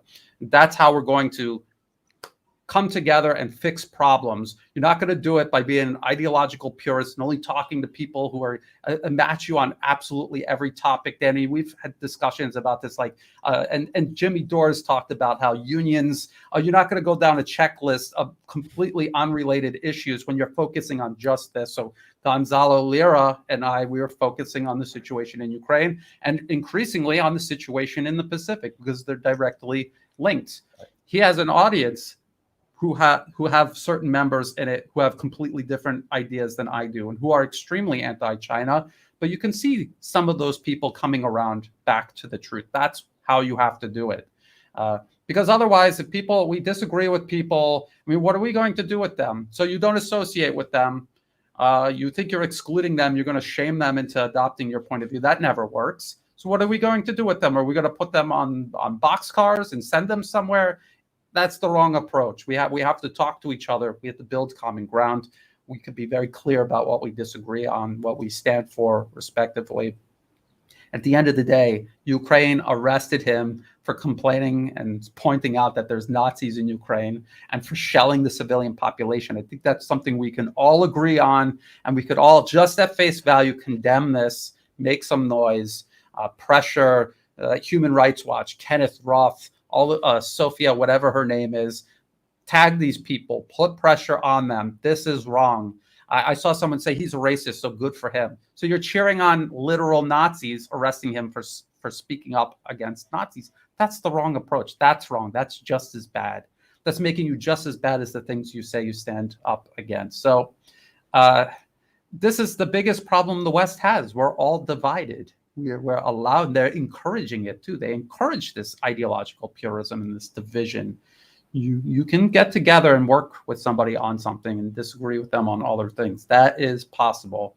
And that's how you're eventually going to win people over to your way of thinking. That's how I've done I didn't wake up all on my own. I woke up because people were patient with me when I was a brainwashed US Marine and believed in Western superiority. They took the time, they had the patience to talk to me, plant those seeds. And that's how I eventually woke up. And so we have to pay it forward. We have to commit to the same process with other people. And again, in this case, it's just so clear cut. It's so wrong what they did. He was doing the right thing, and now he's being arrested and facing years in jail, Ukrainian jail. Think about that. Let's try to move past that. Whatever, you don't have to agree with him on everything. I don't. But agree on this, that this is wrong, and then do something about it, because it's Gonzalo Lira today who may have some things about his past that are unsavory that people don't like, but that it could be someone else that you agree much more with tomorrow. Because actually, Danny, you and I, we've faced this. I'm literally on one of their lists, and we faced this, and we're all potential targets as well. So it's Gonzalo today. It could be any one of us tomorrow, or someone else that you respect and follow and appreciate the work of. Yeah, and I wanted to bring up actually showing the contrast, because you shared a the article from the Daily Beast. The Daily Beast. Let's just be honest here, everybody. The Daily Beast, regardless, I don't care that it paints itself like when it comes to liberalism or neoliberalism. I don't even those labels are absolutely trash at this point because a lot of the so-called Western liberal mainstream media is pure and simple a cutout of intelligence, a cutout of the military, apparatus and state. And so I want to show you all. This is the article you were referring to, Brian, before we got on. The smear from so-called journalist Julia Davis, this is absolutely disgusting, right? Date from hell. So, back in the day, Gonzalo Lira was red pill dating coach. He said some, he's Chilean American. He had some real opinions, strange opinions that I didn't agree with on Chile. And, he's had a past. And yeah, this stuff I would never side on to. But look at this. Accused of shilling for Putin, arrested in Ukraine. Prolific online personality, became outspoken supporter of Putin's invasion, had his home in Kharkov raided. Kharkiv, of course, here they get rid of the Russian pronunciation, raided by the security services. And here you see the photos. As I said before, he's in his pajamas. This was probably an off hour, not prepared for the occasion, trying to embarrass him. The videos are going all around. But then I want to show, and this is why I also particularly was just disgusted by this, was because the Daily Beast went after me and a bunch of other people, not all of whom I agree with everything on. But look at this. This happened, I believe this was the summer of last year. No, the spring. So this is almost a year ago. This is more than a year ago, April 29, 2022. Meet the sneakiest defenders of Putin's invasion of Ukraine. And in this article, of course, they go after me, Li Cam, Jingjing Li, who's a mutual friend, Samira Khan, who I have a lot of disagreements with on a lot of issues, but she was also labeled in here, Max Lubethal, Ben Norton. And what they do, I want to show you all what they did. And this is similar to what they're trying to do to Gonzalo, which is like tank him, destroy him. They talk a lot about Patreon. As you see, I'm going around about Patreon here. And they actually go to all of the platforms. Does this sound like journalism to you all, everyone? They go to every single platform that we have, Patreon, YouTube. When confronted with videos from Dhaiphong and Li Camp's channels, YouTube said they do not violate their policies. Meta claimed it is taking active measures against disinformation. Twitter, I bet they are. Yeah. Twitter claimed the platform has increased the labeling of accounts Chinese, Belarusian, Russian state-funded media, and Patreon said it is seeking a balance of free expression. But they went to them and said, when it comes to misinformation, we're mindful and balancing two responsibilities: protecting the expression of livelihoods using the platform, and second, keeping the platform safe, said a Patreon representative in an email. So what I am showing you all, and we can just get back to the conversation. I just wanted to show you just how concerted this effort is. Like when Daily Beast is covering Gonzalo's situation, just know that they are literally not operating as journalists. They are operating as operatives of the forces that support the war in Ukraine, that support wars in general. If you're for Putin's shield, the war on Russia and China, like they are operating in that light because they're contacting platforms and saying, why are you allowing these folks to do this? That's almost a threat, in my opinion. It's almost like, hey, companies, you're going to be all over the mainstream press. You're going to be in one of the biggest publications. The Daily Beast, I think, has a minimal reputation, but a big reach. So that in and of itself is a pressure campaign to get folks like myself. And of course, Gonzalo Lira is facing a huger brunt in the sense that he's literally being detained for what he said. Yeah, no, you're absolutely right. That's what it is. That's what a lot of these so-called Western journalists do. They work with the U.S. government or the respective governments, and they stir up public support or hysteria or anger so that they can pressure these companies into capitulating with the mainstream agenda, which is silencing these people. And all of these things that they're saying are to the alternative media what WMD's was to Iraq. the idea that these people should be deplatformed or thrown in jail. And again, you don't have to agree with everything that they're saying, but when they are saying something that's truthful and they're being targeted for it, it's because they're making a difference. And that's what we're all trying to do. We're all trying to make a difference. We're trying to win people over. We're trying to educate and inform them. And that's what every single one of those people listed there are doing. And you said that some people say things that we disagree with, and I know exactly what you mean, and I see these things. I totally disagree with these things, but then on the other hand, they're talking about certain issues that we have common ground on. That's where you build, right? So this is how we manage all of our relationships in real life. When you go to the supermarket and you're getting checked out at the by the cashier, are you doing like a political ideological list, and are you only going to allow them to check you out if they match all of the criteria? And then if not, why can't you work with other people in other aspects in life and in politics in this exact same manner on the one task that you're doing at the moment? Yeah. Yeah, and a lot of this is partisan games, in my opinion, because, on the one hand, right, you have especially in the United States, you have one side of the political establishment playing culture wars and say, the worst thing in the world is whatever, LGBTQ issues, or, whatever it is. Like that's what's dominating. That's what's the real problem. And then you have the so-called liberals saying, well, actually, it's the other side's racism and all of this. What they say, they look bad, they say bad things.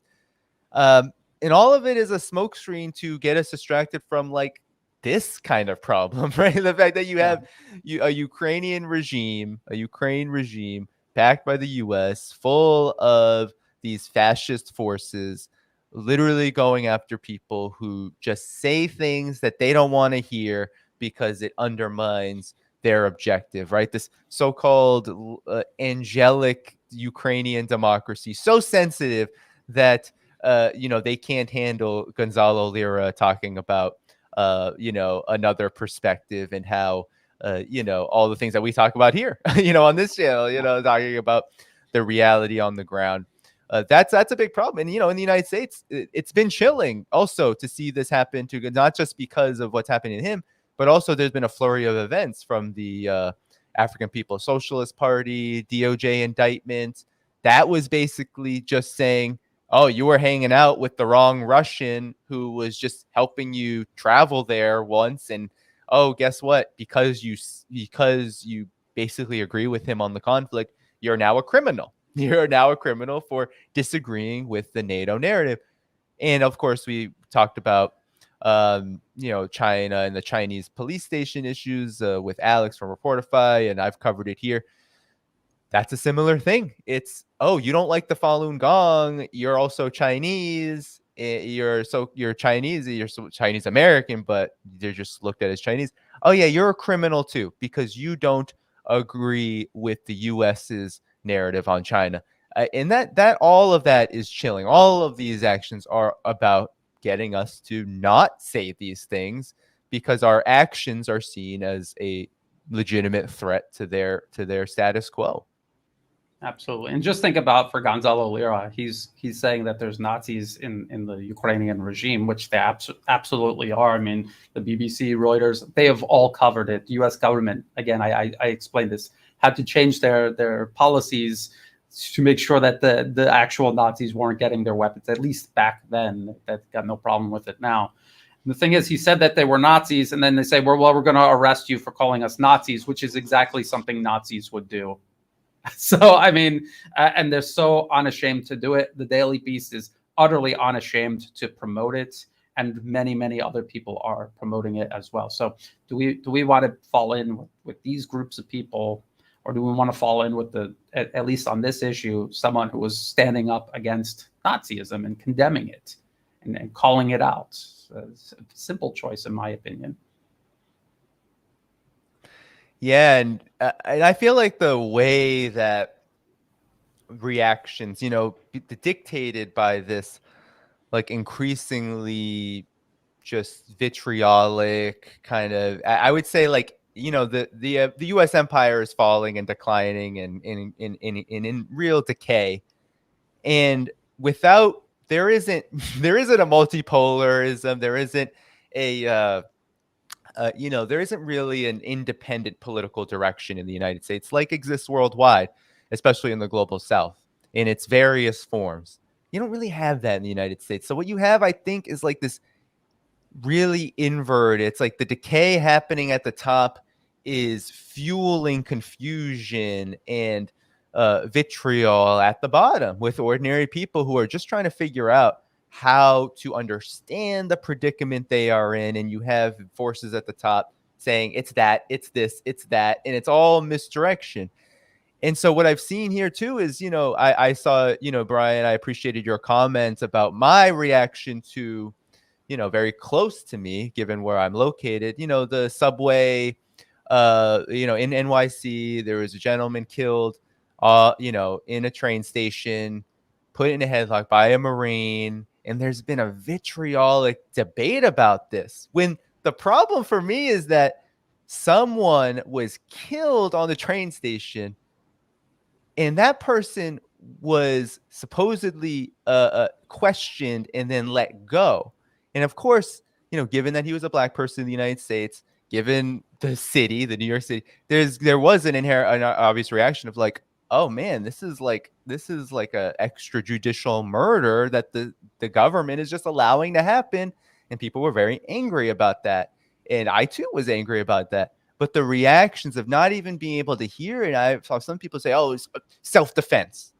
Well, there are many ways you can defend yourself. And generally putting someone in a 15-minute chokehold is a very strange way of defending oneself. Do you know what I'm saying? Like and so I want to get your comments on that. And I feel like it's very connected. We can't have these conversations given that there's just these hardline positions, not a lot of, well, can we just look at this as like what's in our best interests here? Like, is it in our best interest for, our local government to not investigate this in a real way? Like, if me or you, Brian, were just walking the streets of anywhere in the world and we decided to give someone a chokehold, would we be allowed to just go? Like, no, absolutely no, absolutely not. So anyway, I want to hear, maybe we can close on this question before I have to give some announcements.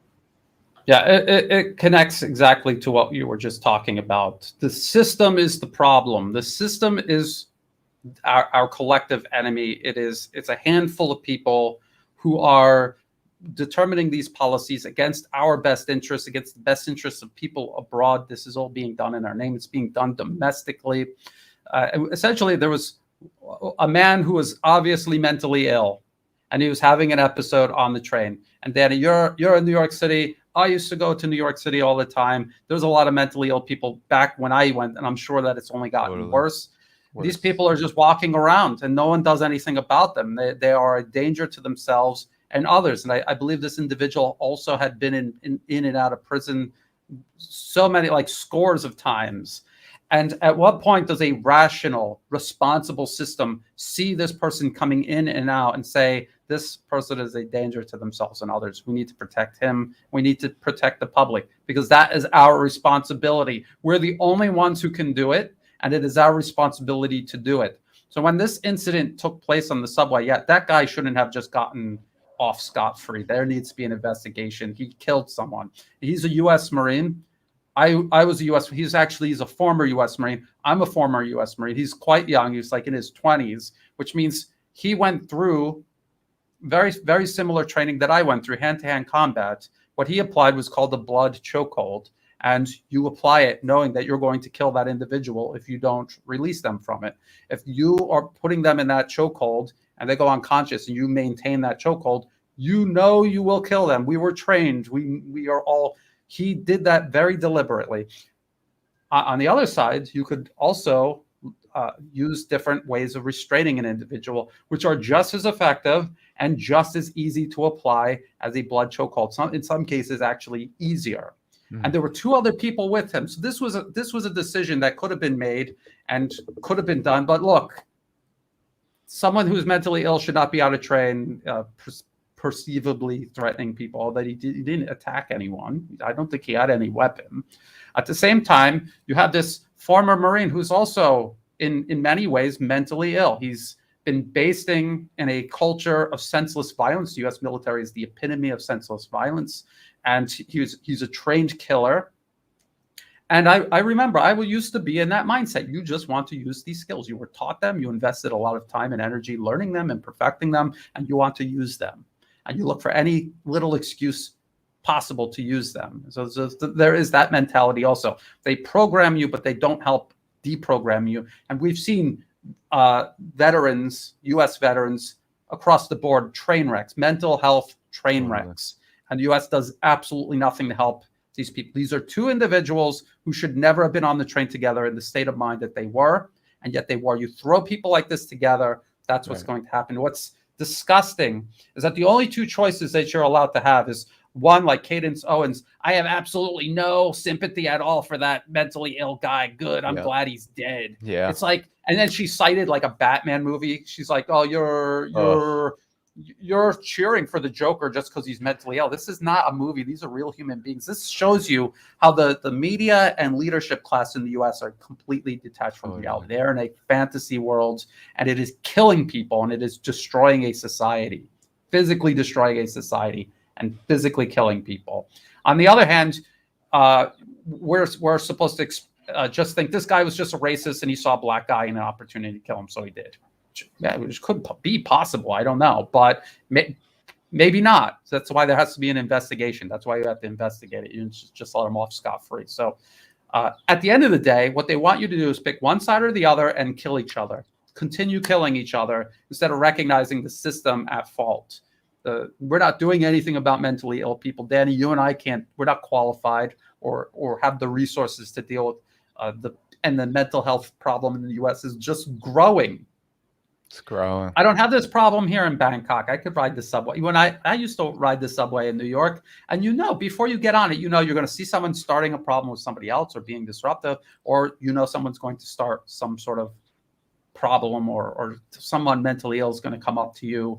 You know it. You just know it before getting on the subway. I've never had that problem in Japan or in China or here in Thailand or in Malaysia or Singapore. I've been to all of these places. I've never had this problem.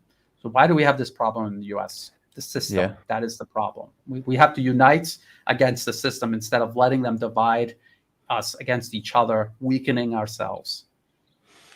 Yeah, and it's funny because in my other life that I live outside of my media work, outside of independent media and global news and analysis and talking about empire, multipolarity and China and Russia and all of these global developments, I am a social worker, and I have worked directly with many people, like the person who was killed, many people. I mean, I couldn't even name them all over the course of my years who I've worked with, who are incredibly, this person, I think it was Jordan Neely, I believe his name was, the journalists talk about his story. His mother was killed and like chopped up in a suitcase, like really gruesome, horrific stuff to experience as a child.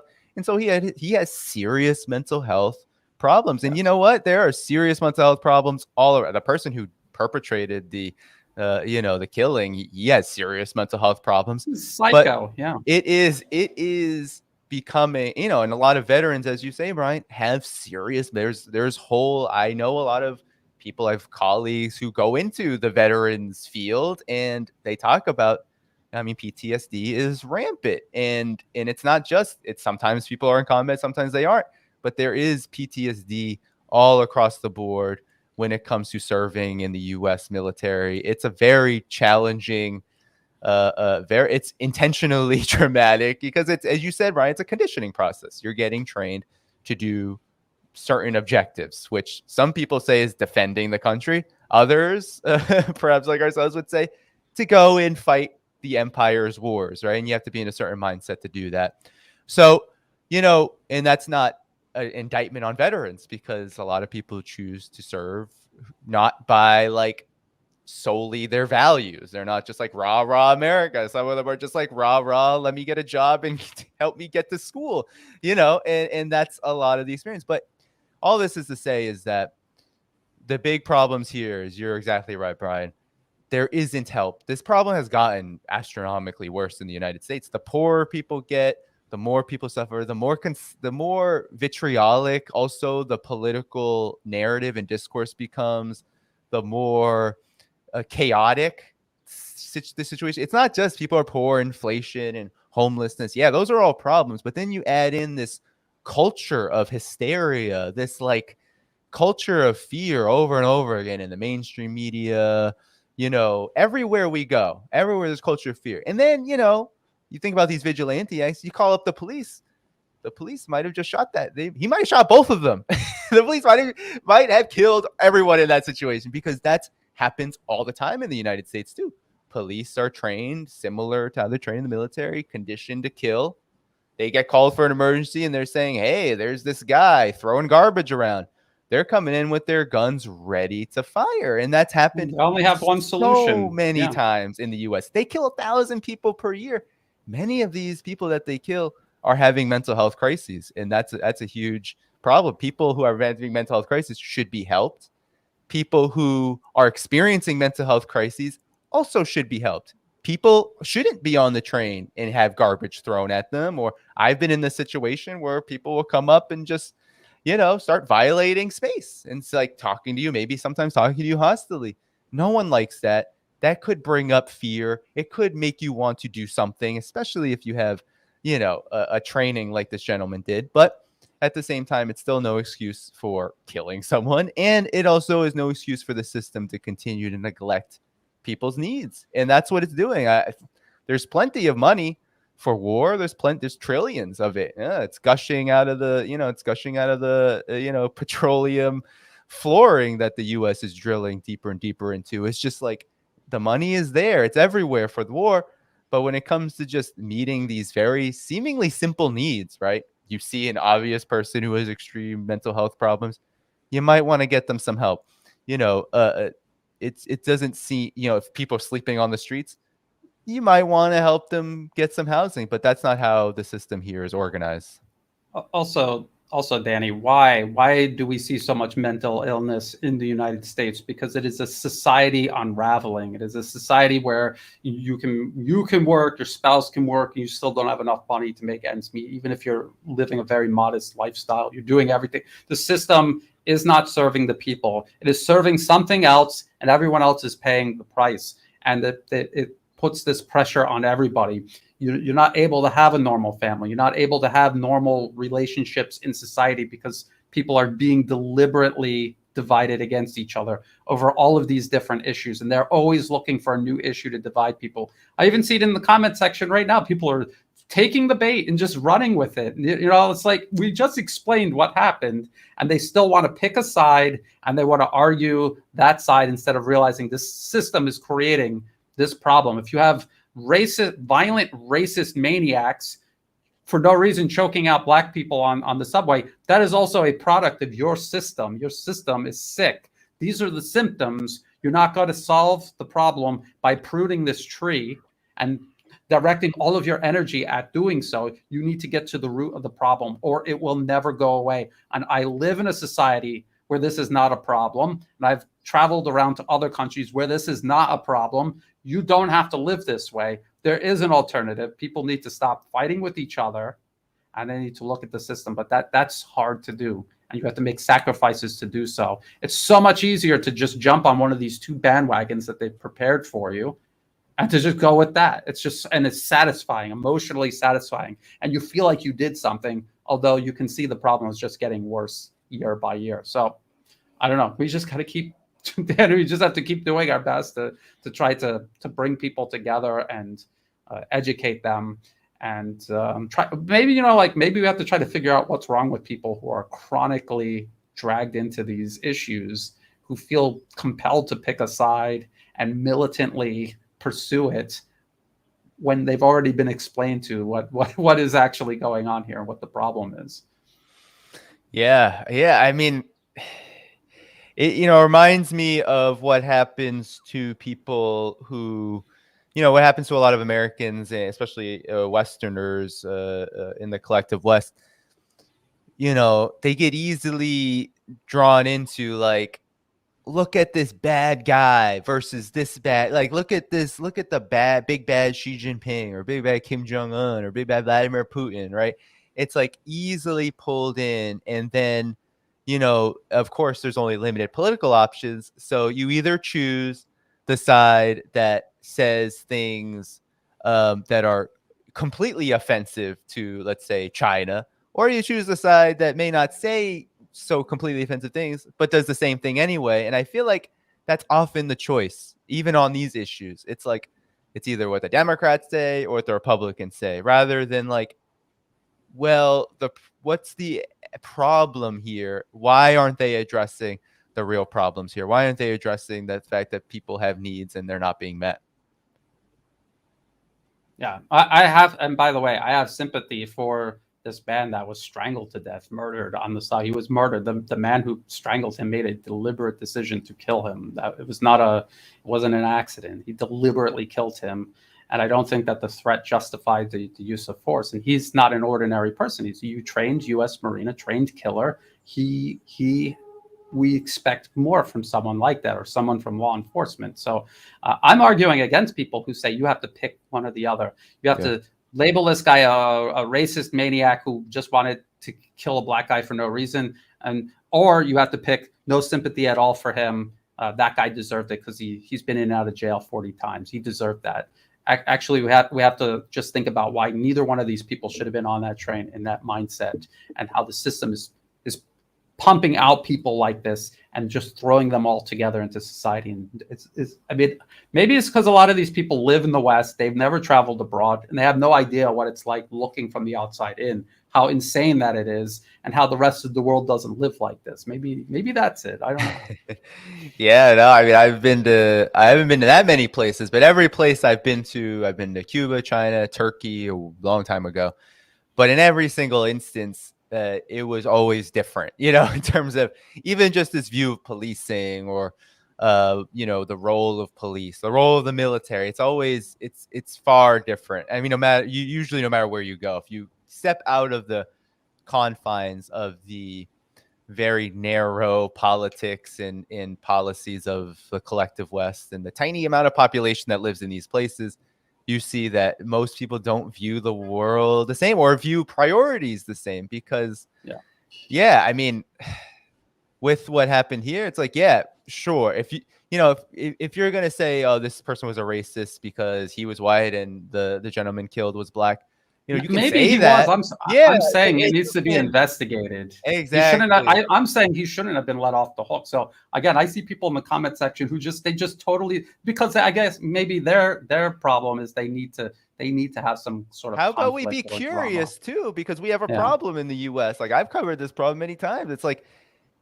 yes, white people are killed by the police, and a lot of them are actually, and white people are victims of, crimes, a lot of them. But when you look at the disproportionate number, let's just look at the police issue, right? Why would you be worried about calling the police in this situation? I don't think that the Marine was thinking this. I don't know. But I'm guessing there was a lot of people actually calling in for help, because they were feeling, threatened. But that happens all the time. That happens. If you go any city in this country, you will find many people who look at if people are visibly mentally ill, regardless of whether they're posing any threat at all, they will be viewed as a threat. I've seen it. I've seen these, like, we call them Karen types, that are like, oh my gosh, this person is visibly suffering, they gotta go. And that is a mentality in the United States. That's a problem, because it's not like they're saying they got to get help. They're afraid. They're just afraid of that person, because that person is making them feel uncomfortable. And it is uncomfortable, but it isn't a reason to be like, if they're not committing a crime, you probably shouldn't be calling the police on them. And so you have a lot of incidents that happen because of that, and a disproportionate number are black. So if people say this could be racism, I mean, I don't think it's good to be like, this is that, but it could be. Then maybe we should be curious about it, because, I mean, this channel focuses mostly on geopolitics. If you just look at what the United States does abroad, and you see, like, the EU's top US man, Joseph Borrell, constantly invoking white man's burden, you might He think is. that He that has an does. effect. You might think that that has an effect on the domestic situation as well. It's that you can't separate the two because, with this gentleman that committed this heinous act, I mean, he was trained to do some pretty heinous things abroad if he were to be deployed, and that has an impact on everyone. And guess what? Whether we serve or we don't serve, we are we are constantly in contact with this way of thinking and doing things. And it's why we have so many people who are so quick to just go with the, most correct position or right position rather than like, hello, there's like a policy issue here. There's like a real big problem here with how policy is enacted, who controls things, and how that control affects our lives. Absolutely. It's an imperialist mindset, a lack, your imperialism is about supremacy over others, and it filters all the way down to the lowest rungs of society. And people are infected with this. They may be racist against each other inside their own society because of this. But then they'll also agree with each other about other groups outside will all agree that they're inferior. It's just a general lack of respect for other human beings in general. And then the system sees, think about the United States. It has these problems. It's an empire in decline. It's running out of other countries to eat up. So now it's turning inward and eating itself. And part of that process is, just as they've done abroad for decades and decades, they divide and conquer. They're dividing and conquering the American people right now. And people need to get together. They need to look at what other countries are doing and how they've solved these problems, because they have. And they need to start working on doing that in America. They got to stop accepting people who are forcing you to pick one side or the other. Two extreme and equally irrational positions. We need to start finding this middle ground, because or we'll just have to wait for the whole thing to collapse. I mean, Totally. I don't want to see that happen. I'm not there, Danny. I'm sure you don't want to see that. But it would be great if people started really thinking like this, stopped falling for it. It's 2023. People should be smarter and more sophisticated at this point. Right.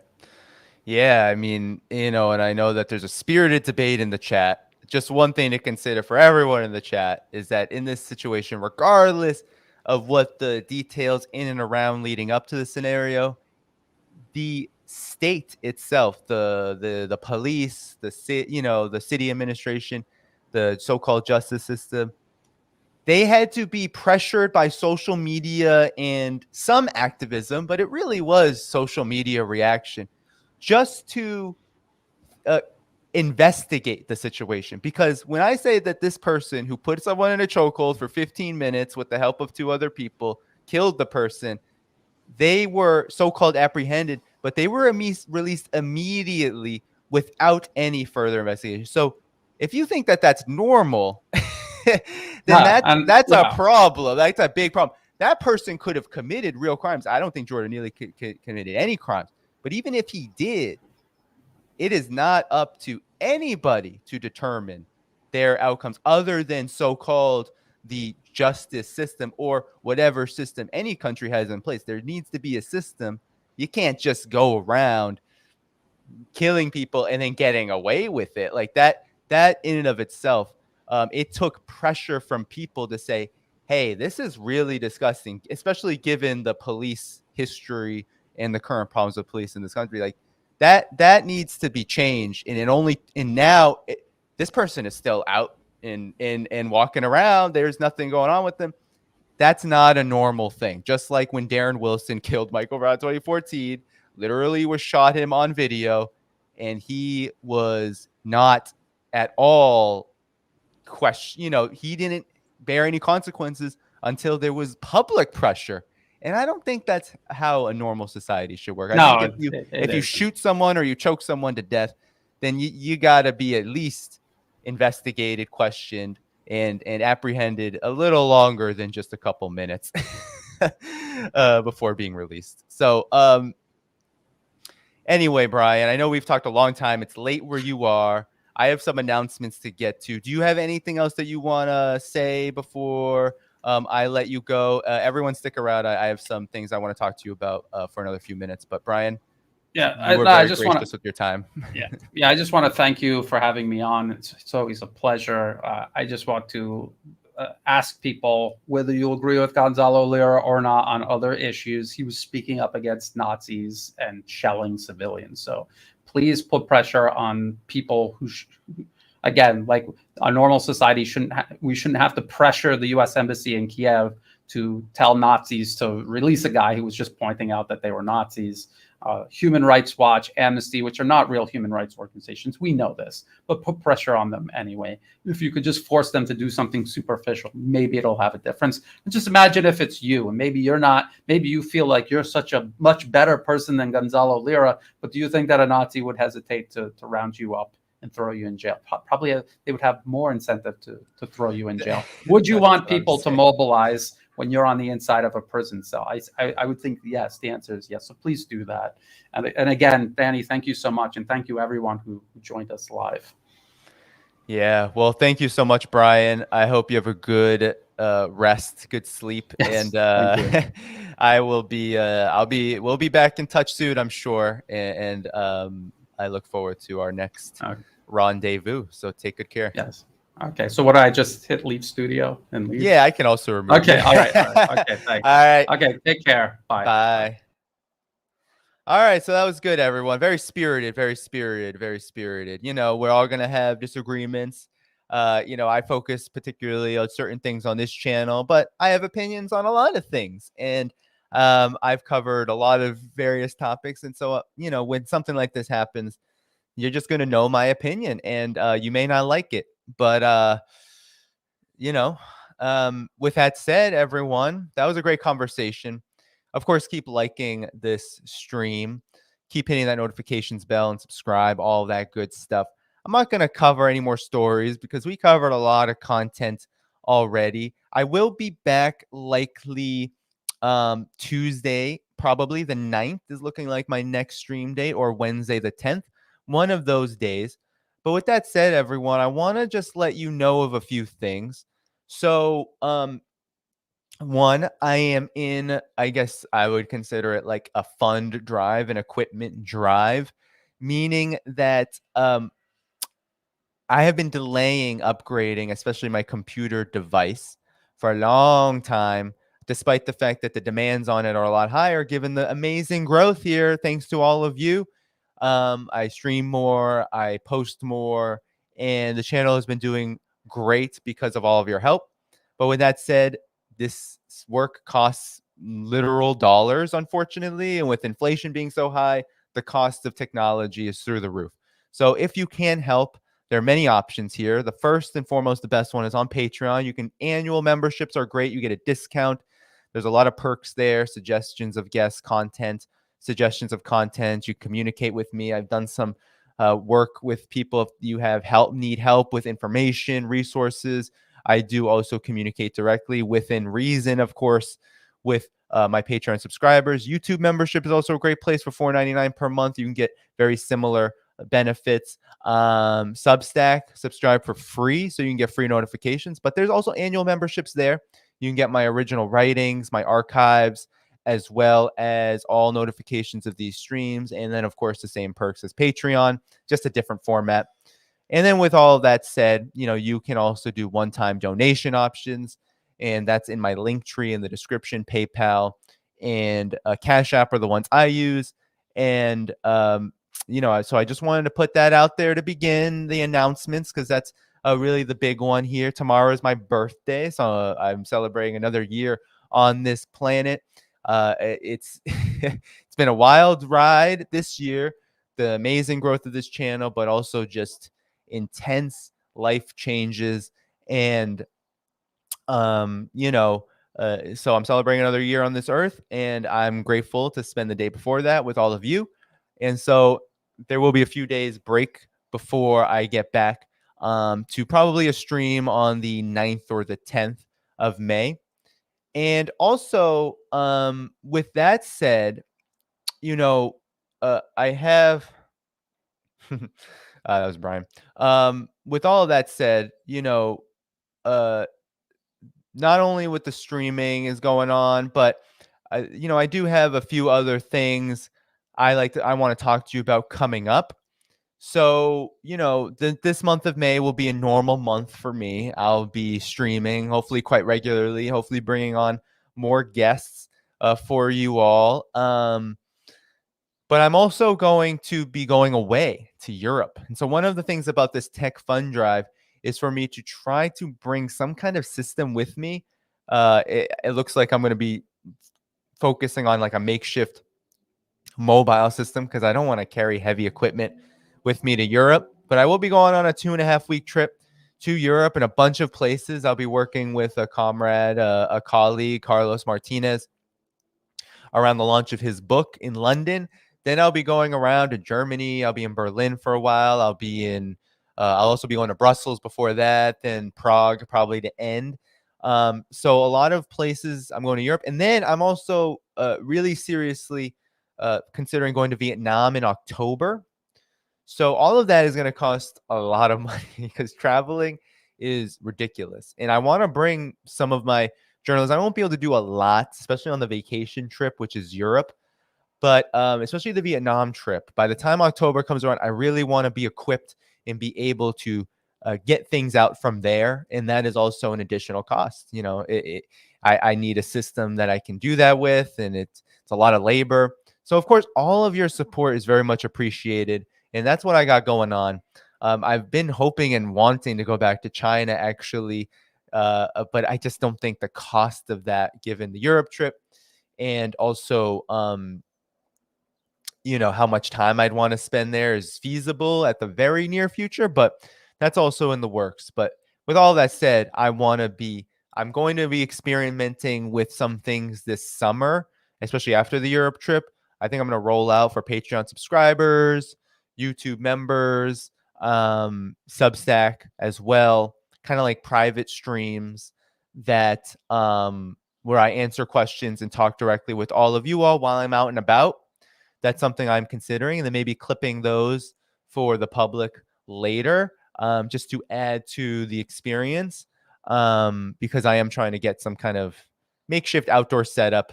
It's gonna be a process though, because I am not the most. I learn all of this stuff on my own. That's like that is been my experience learning how to run this channel. I produce all of it. I do have some help with thumbnails. That's about it, though. Thumbnails, and I've got some help with some of the branding and stuff. And that's been incredibly helpful. And I do compensate those who do provide that help. But in terms of producing the work, like, the clips, the editing, the live streams, all of that stuff is on me. So it's a lot of labor, and the technology is a lot of cost. So your support is very much appreciated. Somebody said you should make the Vietnam trip a China trip as well. It's right there. That is something that could be considered. It would take, of course, I'm going to go with a group. I'm going to go with Vets for Peace. Should we go? And so, yeah. But with that said, everyone, those are the big announcements. I don't know if there's any questions. I didn't get any questions for Brian from Patreon members or Substack or anything like that. But if you have any questions, throw them out because I can't stay on for another 15 minutes or so. Let's see.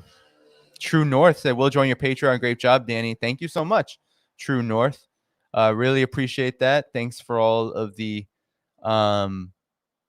birthday wishes. That's very generous of all of you. Somebody said I don't look a day over 22. Well, appreciate that. I'm glad I'm aging like fine wine, but I am older than 22, thankfully. Oh, I do not want to be 22 again. I don't know if there are any questions. There might have been. What's Brian drinking? Great job, said Ingsock. I don't know. I'd like to think it's water. He might have been drinking coffee. He's told me he drinks coffee late at night, and I'm like, wow. So someone said I will donate on Patreon so you get the full funds.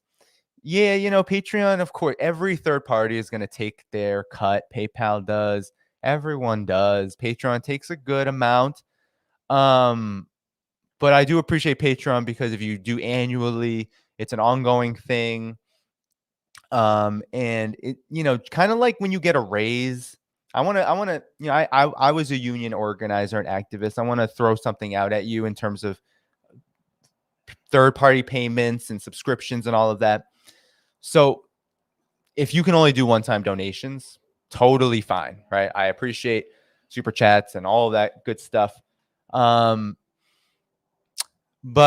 the reason why, even though it may be abhorrent or even more, I think there are advantages consumer and cost-wise to doing monthly or annual memberships, of course.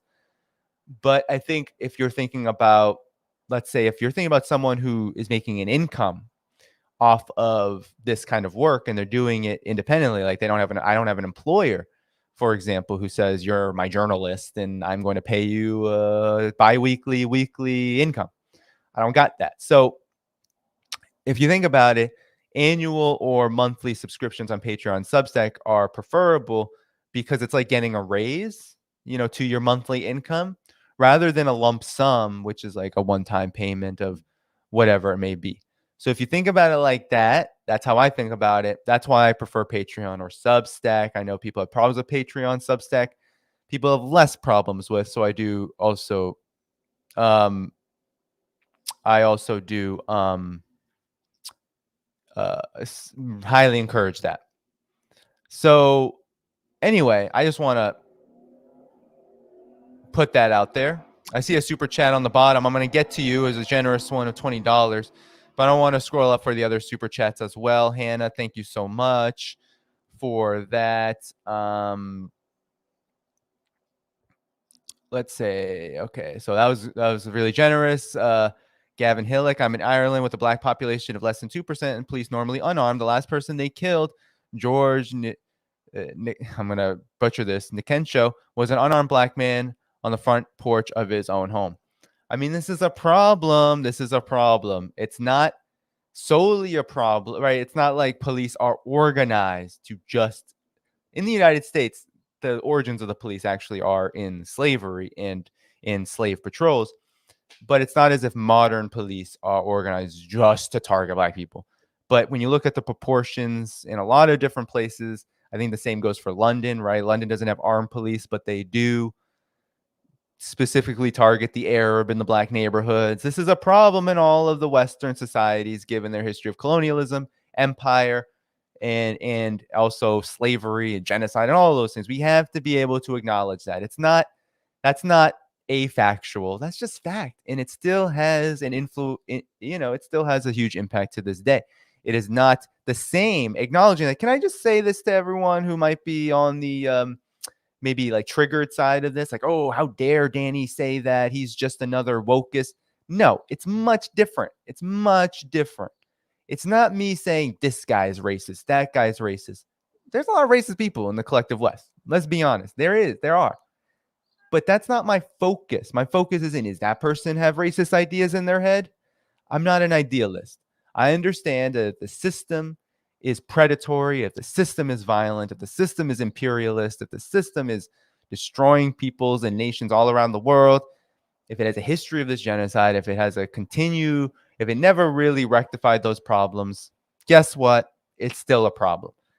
And it's a problem of a systemic nature, system-wide. Not like, oh, privilege this and privilege that. I don't talk like liberals do. No, I talk about class. I talk about power. I talk about empire. I talk about hegemony and dominance and those kind of conflicts that happen among competing interests, right?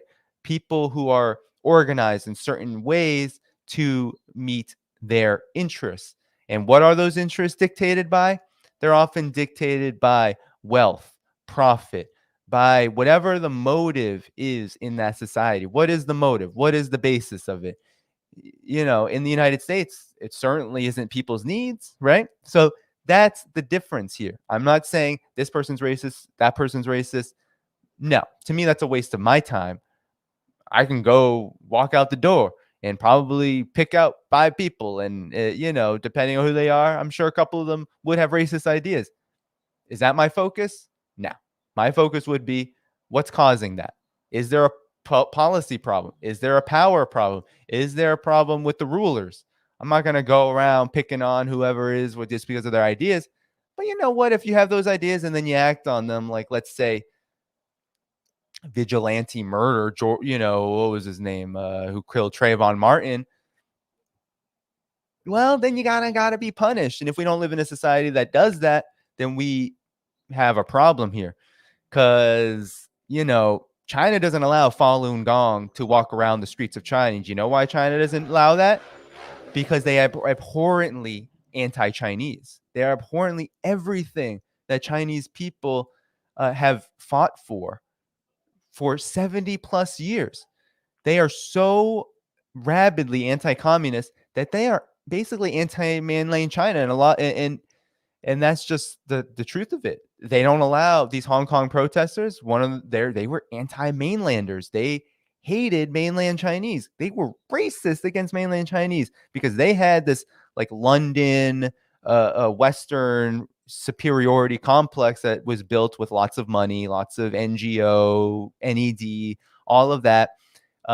Jimmy Lai, billionaire media moguls who play culture wars and race wars to make money. They have been infected by those ideas, and China doesn't allow it. China won't allow them to get power. They won't allow them to walk the streets in violence. You can do whatever you want in your private time, but you're not going to affect people. You're not going to be allowed to be violent, to hurt others, and to also threaten the integrity of the system. But we don't have a system that has any integrity. And that's what Brian and I were raising here, is that we don't live in a society that has integrity. We have rulers that are only in it for themselves, their profits, and they will do anything, including spread disgustingly racist ideas, and they will also enact institutions that spread those ideas, not only spread those ideas, but also terrorize people based on them. That's just the reality. It's not wokeism. If you don't understand, you're just not awake if you don't see that in the United States or the collective West. You didn't live through the war on terror, I guess, where basically anyone who was Arab or Arab looking in New York City was essentially targeted, right? You followed by the FBI. Some people were detained. You didn't follow Guantanamo Bay. You didn't follow any of that, obviously, right? Because that obviously has nothing to do with race. It's just I guess it's just problems. I mean, this is just the reality. This is where I've always come from, and so I am about uniting people, and I am about getting people together based on these common problems. I'm not call out culture, cancel culture. No, but we also have to talk about the truth, history. We have to talk about history. We have to talk about, and I'm still going through the super chats, everyone, so bear with me. Talk about history. We have to talk about current realities. We have to talk about, why the United States isn't an empire abroad just because it's obsessed, just because its rulers and neocons, all these folks are obsessed with things abroad. No, it's also about how they have administered things in the United States. There's a war on people in the United States. The most vulnerable are the ones who bear the brunt of it. And then we, regardless of where you are, if you're not a ruler, you're for the pickings. You could at any time, the minute you don't serve their agenda, you could find yourself in a similar situation. That's why we talk about the most vulnerable. That's why we talk about those who are suppressed, is because the minute you do something that they don't like, that then you're on the chopping block as well. So all that is to say is that it's just listen. If you don't like it, you don't have to listen to this part of the program if you don't want to, but try to be curious, try to have a discussion, try to engage.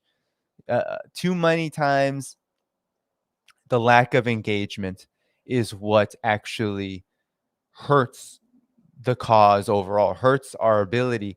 We don't even have an anti-war or peace movement in the collective West at all.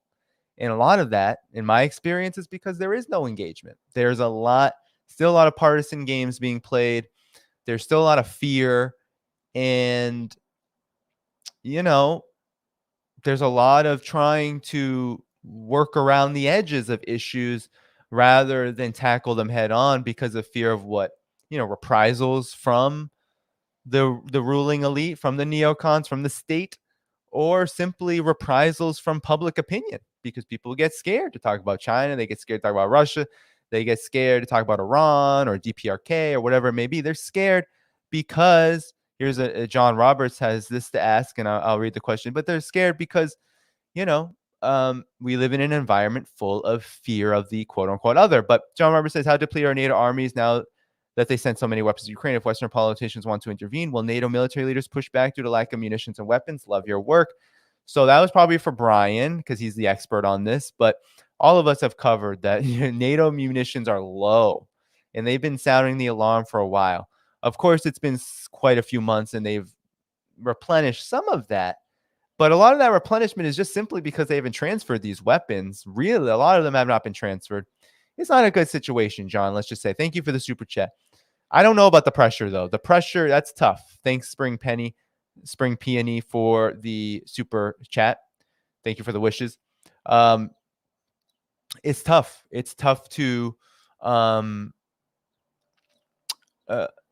see that happening because most NATO members are puppets. Not all of them, but most. Most are puppets of the United States, and they will continue to do whatever. And, they will raise. One thing that's a concern is that they'll keep raising their own military budgets individually to give more to NATO, which then goes right into the coffers of the military-industrial complex, regardless of how effective that is. Thank you, 40DRG, for the super sticker.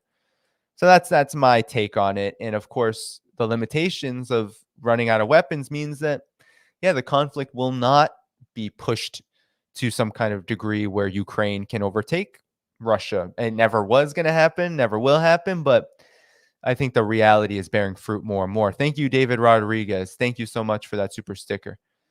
And then thank you so much, lover of the Russian team. This is getting out of control. Stop the Yankees. Yes, let's stop the Yankees. All right, everyone. So that's it. There's some few on the bottom I just need to get to here. The chat's going fast. So, all right, here we go. Happy birthday from Mocha Witch. Appreciate that. Love the name. I see some members here. Kieng B, thank you so much. Good luck on your journey for your hard work. Thanks for keeping us properly informed. Appreciate that. Thank you for the membership as well. Kieng B sent a super sticker as well, super chat. That's very generous. And I think this is the last one from Mobius Zero. Why does the Western Japan want China dead, but doesn't want to decouple from China? It makes no sense. Well, here's where the contradiction of rabid anti-China, really it's racism, because Japan has always had this superiority complex about China, especially since its imperial days. They slaughtered a lot of people in China, let's be real. Tens of millions of people died in China as well. It wasn't just the Soviet Union that died during World War II, and a lot of that was done from Japan's colonial and imperial military. And that was bred off of anti-Chinese sentiment and Japan's idea that it was more like the West. And so I think there is this phenomenon. Mainland Chinese folks, Chinese people, have often historically been seen over the past centuries, even in the region, as the lowest of the people in Asia. That has been a consequence of this Western interference in dividing people based on those lines, so they're more easily conquered. And so when you had Japan also doing its colonial conquest, they had very similar ideas about what it meant to be Chinese, and that it was to be a peasant, poor, right? These were ideas spread from also the way China was carved up during the Century of Humiliation. So I think that plays a big role, especially given the fact that Japanese leadership, let's be honest, Japanese leadership, for the most part, its government, for the most part, is nothing but a proxy of the United States. The United States, after World War II, basically brokered an agreement with Japan saying, yeah, we'll basically control you and occupy you, and you'll do what we say. And they did allow fascist elements from the prior regime to maintain pretty firm stronghold over political life, not necessarily military life, because, of course, there was the military agreement not to increase military spending that just recently got rescinded. But you all may know that Japan has basically been under de facto political control of the United States for a while. It has not had an independent position on China really ever. even during those years where it was being dragged by the United States for developing too fast out of the 70s crisis. You might have remembered there was a lot of anti-Japan sentiment all across the collective West during the 1980s. And that was because its manufacturing sector was increasing, its development was growing, and it was becoming a competitor now to the United States in the collective West. And so Japan got a lot of yellow peril, vitriol, and hatred spewed toward it. But even despite that, there is no unity really with China because, politically and ideologically, because China is still seen as this red menace and also as this yellow peril inferior to these more Western civilized, like occupied countries of the United States, like South Korea and Japan. But then there's the real politic here. Then there's a reality on the ground. And that is that China is not some yellow peril peasant of Asia. It is incredibly rich, incredibly wealthy, incredibly influential, growing really fast, faster than any of these other Asian economies over the past several decades, really, but especially in the last decade. These economies are declining. South Korea's situation is not good. Japan's situation is not good. A lot of these economies have sold themselves off to the collective West, allowed themselves to be basically degraded by U.S. international financial institutions. And so China has risen and is rising and can't be denied. And if you try to cut yourself off from China and you're in Asia, you might as well just cut your own throat because they're really the only game in town if you're trying to increase your level of development. And that's why Japan and South Korea cannot, or the Philippines too, cannot decouple from China economically, but they can adopt really contradictory and counterproductive political orientations toward China and military orientations toward China as well in order to serve their U.S. masters. So they're caught kind of in the middle, but that's not even accurate because China is not asking them to come with us. China is just saying, do business and get out of our affairs, and let's just have a decent relationship if we can manage it. China's not saying, follow us down the road of multipolarity. Hey, how about you do socialism with Chinese characteristics in Japan? Socialism with Japanese characteristics? Socialism with South Korean characteristics? No, they're not asking for that. They're not even demanding that South Korea reunify with the DPRK, which is the will really of the majority of Korean people across the DMZ, whether you're in the North or the South. And regardless of that, China's not demanding that. China's just saying that we want decent relations. And so politically, and that's where the problem resides. And I think it is part of this historic baggage, this historical baggage, but also this current policy of, well, we want to be close to the United States. We want to be like them. We want to be more Western. But at the same time, China's the only game in town. So we can't decouple lest we, lest we commit economic suicide in its entirety. So it's a very interesting time. PX, thanks for the super chat. Thanks for the super chat, PX. Thank you so much. Sherry is here also. Thank you so much for being a member, Sherry. I see you in the chat. Thanks to all the members. Thank you to all the Patreon subscribers or soon to be subscribers.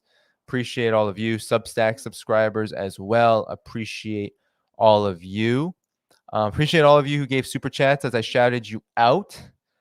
And with that said, everyone, I think that's it for me today. 2.5 hours, a long stream on this Saturday. But it was a really good one. I really appreciate it. I really appreciate all you coming out, staying with me even after Brian left. A lot of you stayed with me. Brian is a regular guest. He comes on essentially at least once per month, which is a great collaboration. I think that he is really unique in this, just talking about international politics. He's very unique. And his analysis is very much appreciated and very much so informative. All right, everyone. Thank you. Peace out. Goodbye. See you probably in 3 or so days, 3 to 4. Tomorrow's my birthday. I won't be taking. I'll probably have a clip up on my birthday, but I'll be taking probably Monday off all together for my 1 day per week of nothing. So so what says have I seen the DD guys? Who are the DD guys, Dr. Nick Rivera, who are doing 4 hours? I know Richard Medhurst can do 4 hours sometimes. I'm like getting sore. I know I should get up and do the Be Right Back card, but I forget all the time. Are you talking about Donbass Javushka? I didn't know they do 4-hour streams. I knew that they do podcasts. Do Dissidents, are you talking about, Dr. Nick Rivera? Do Dissidents? I also follow them for domestic stuff. Yeah, no, I can't do 4 hours, man. That's rough. That is rough. But with that said, bye everyone. Hope to see you on Patreon if you're able to contribute, Substack if you're able to contribute, YouTube if you're able to become a member. People are joking around, do 8 hours, man. One day you'll get that. I will do a full day, but there will be breaks. Anyway, time to start celebrating another year on this planet. So if I see you on Patreon, great. Substack, great. One-time donation option, great. All those things can be found in the description. And I will see you in a few I'll see you in a few days probably for a solo stream. And I hope I got a few people I'm contacting as guests. Hopefully, it feels like May has been a tough month for people traveling, a lot of people traveling. But we'll be back. We'll be back regardless. Take good care. Good morning, good evening, good night, wherever you are. See you all next time. Bye-bye.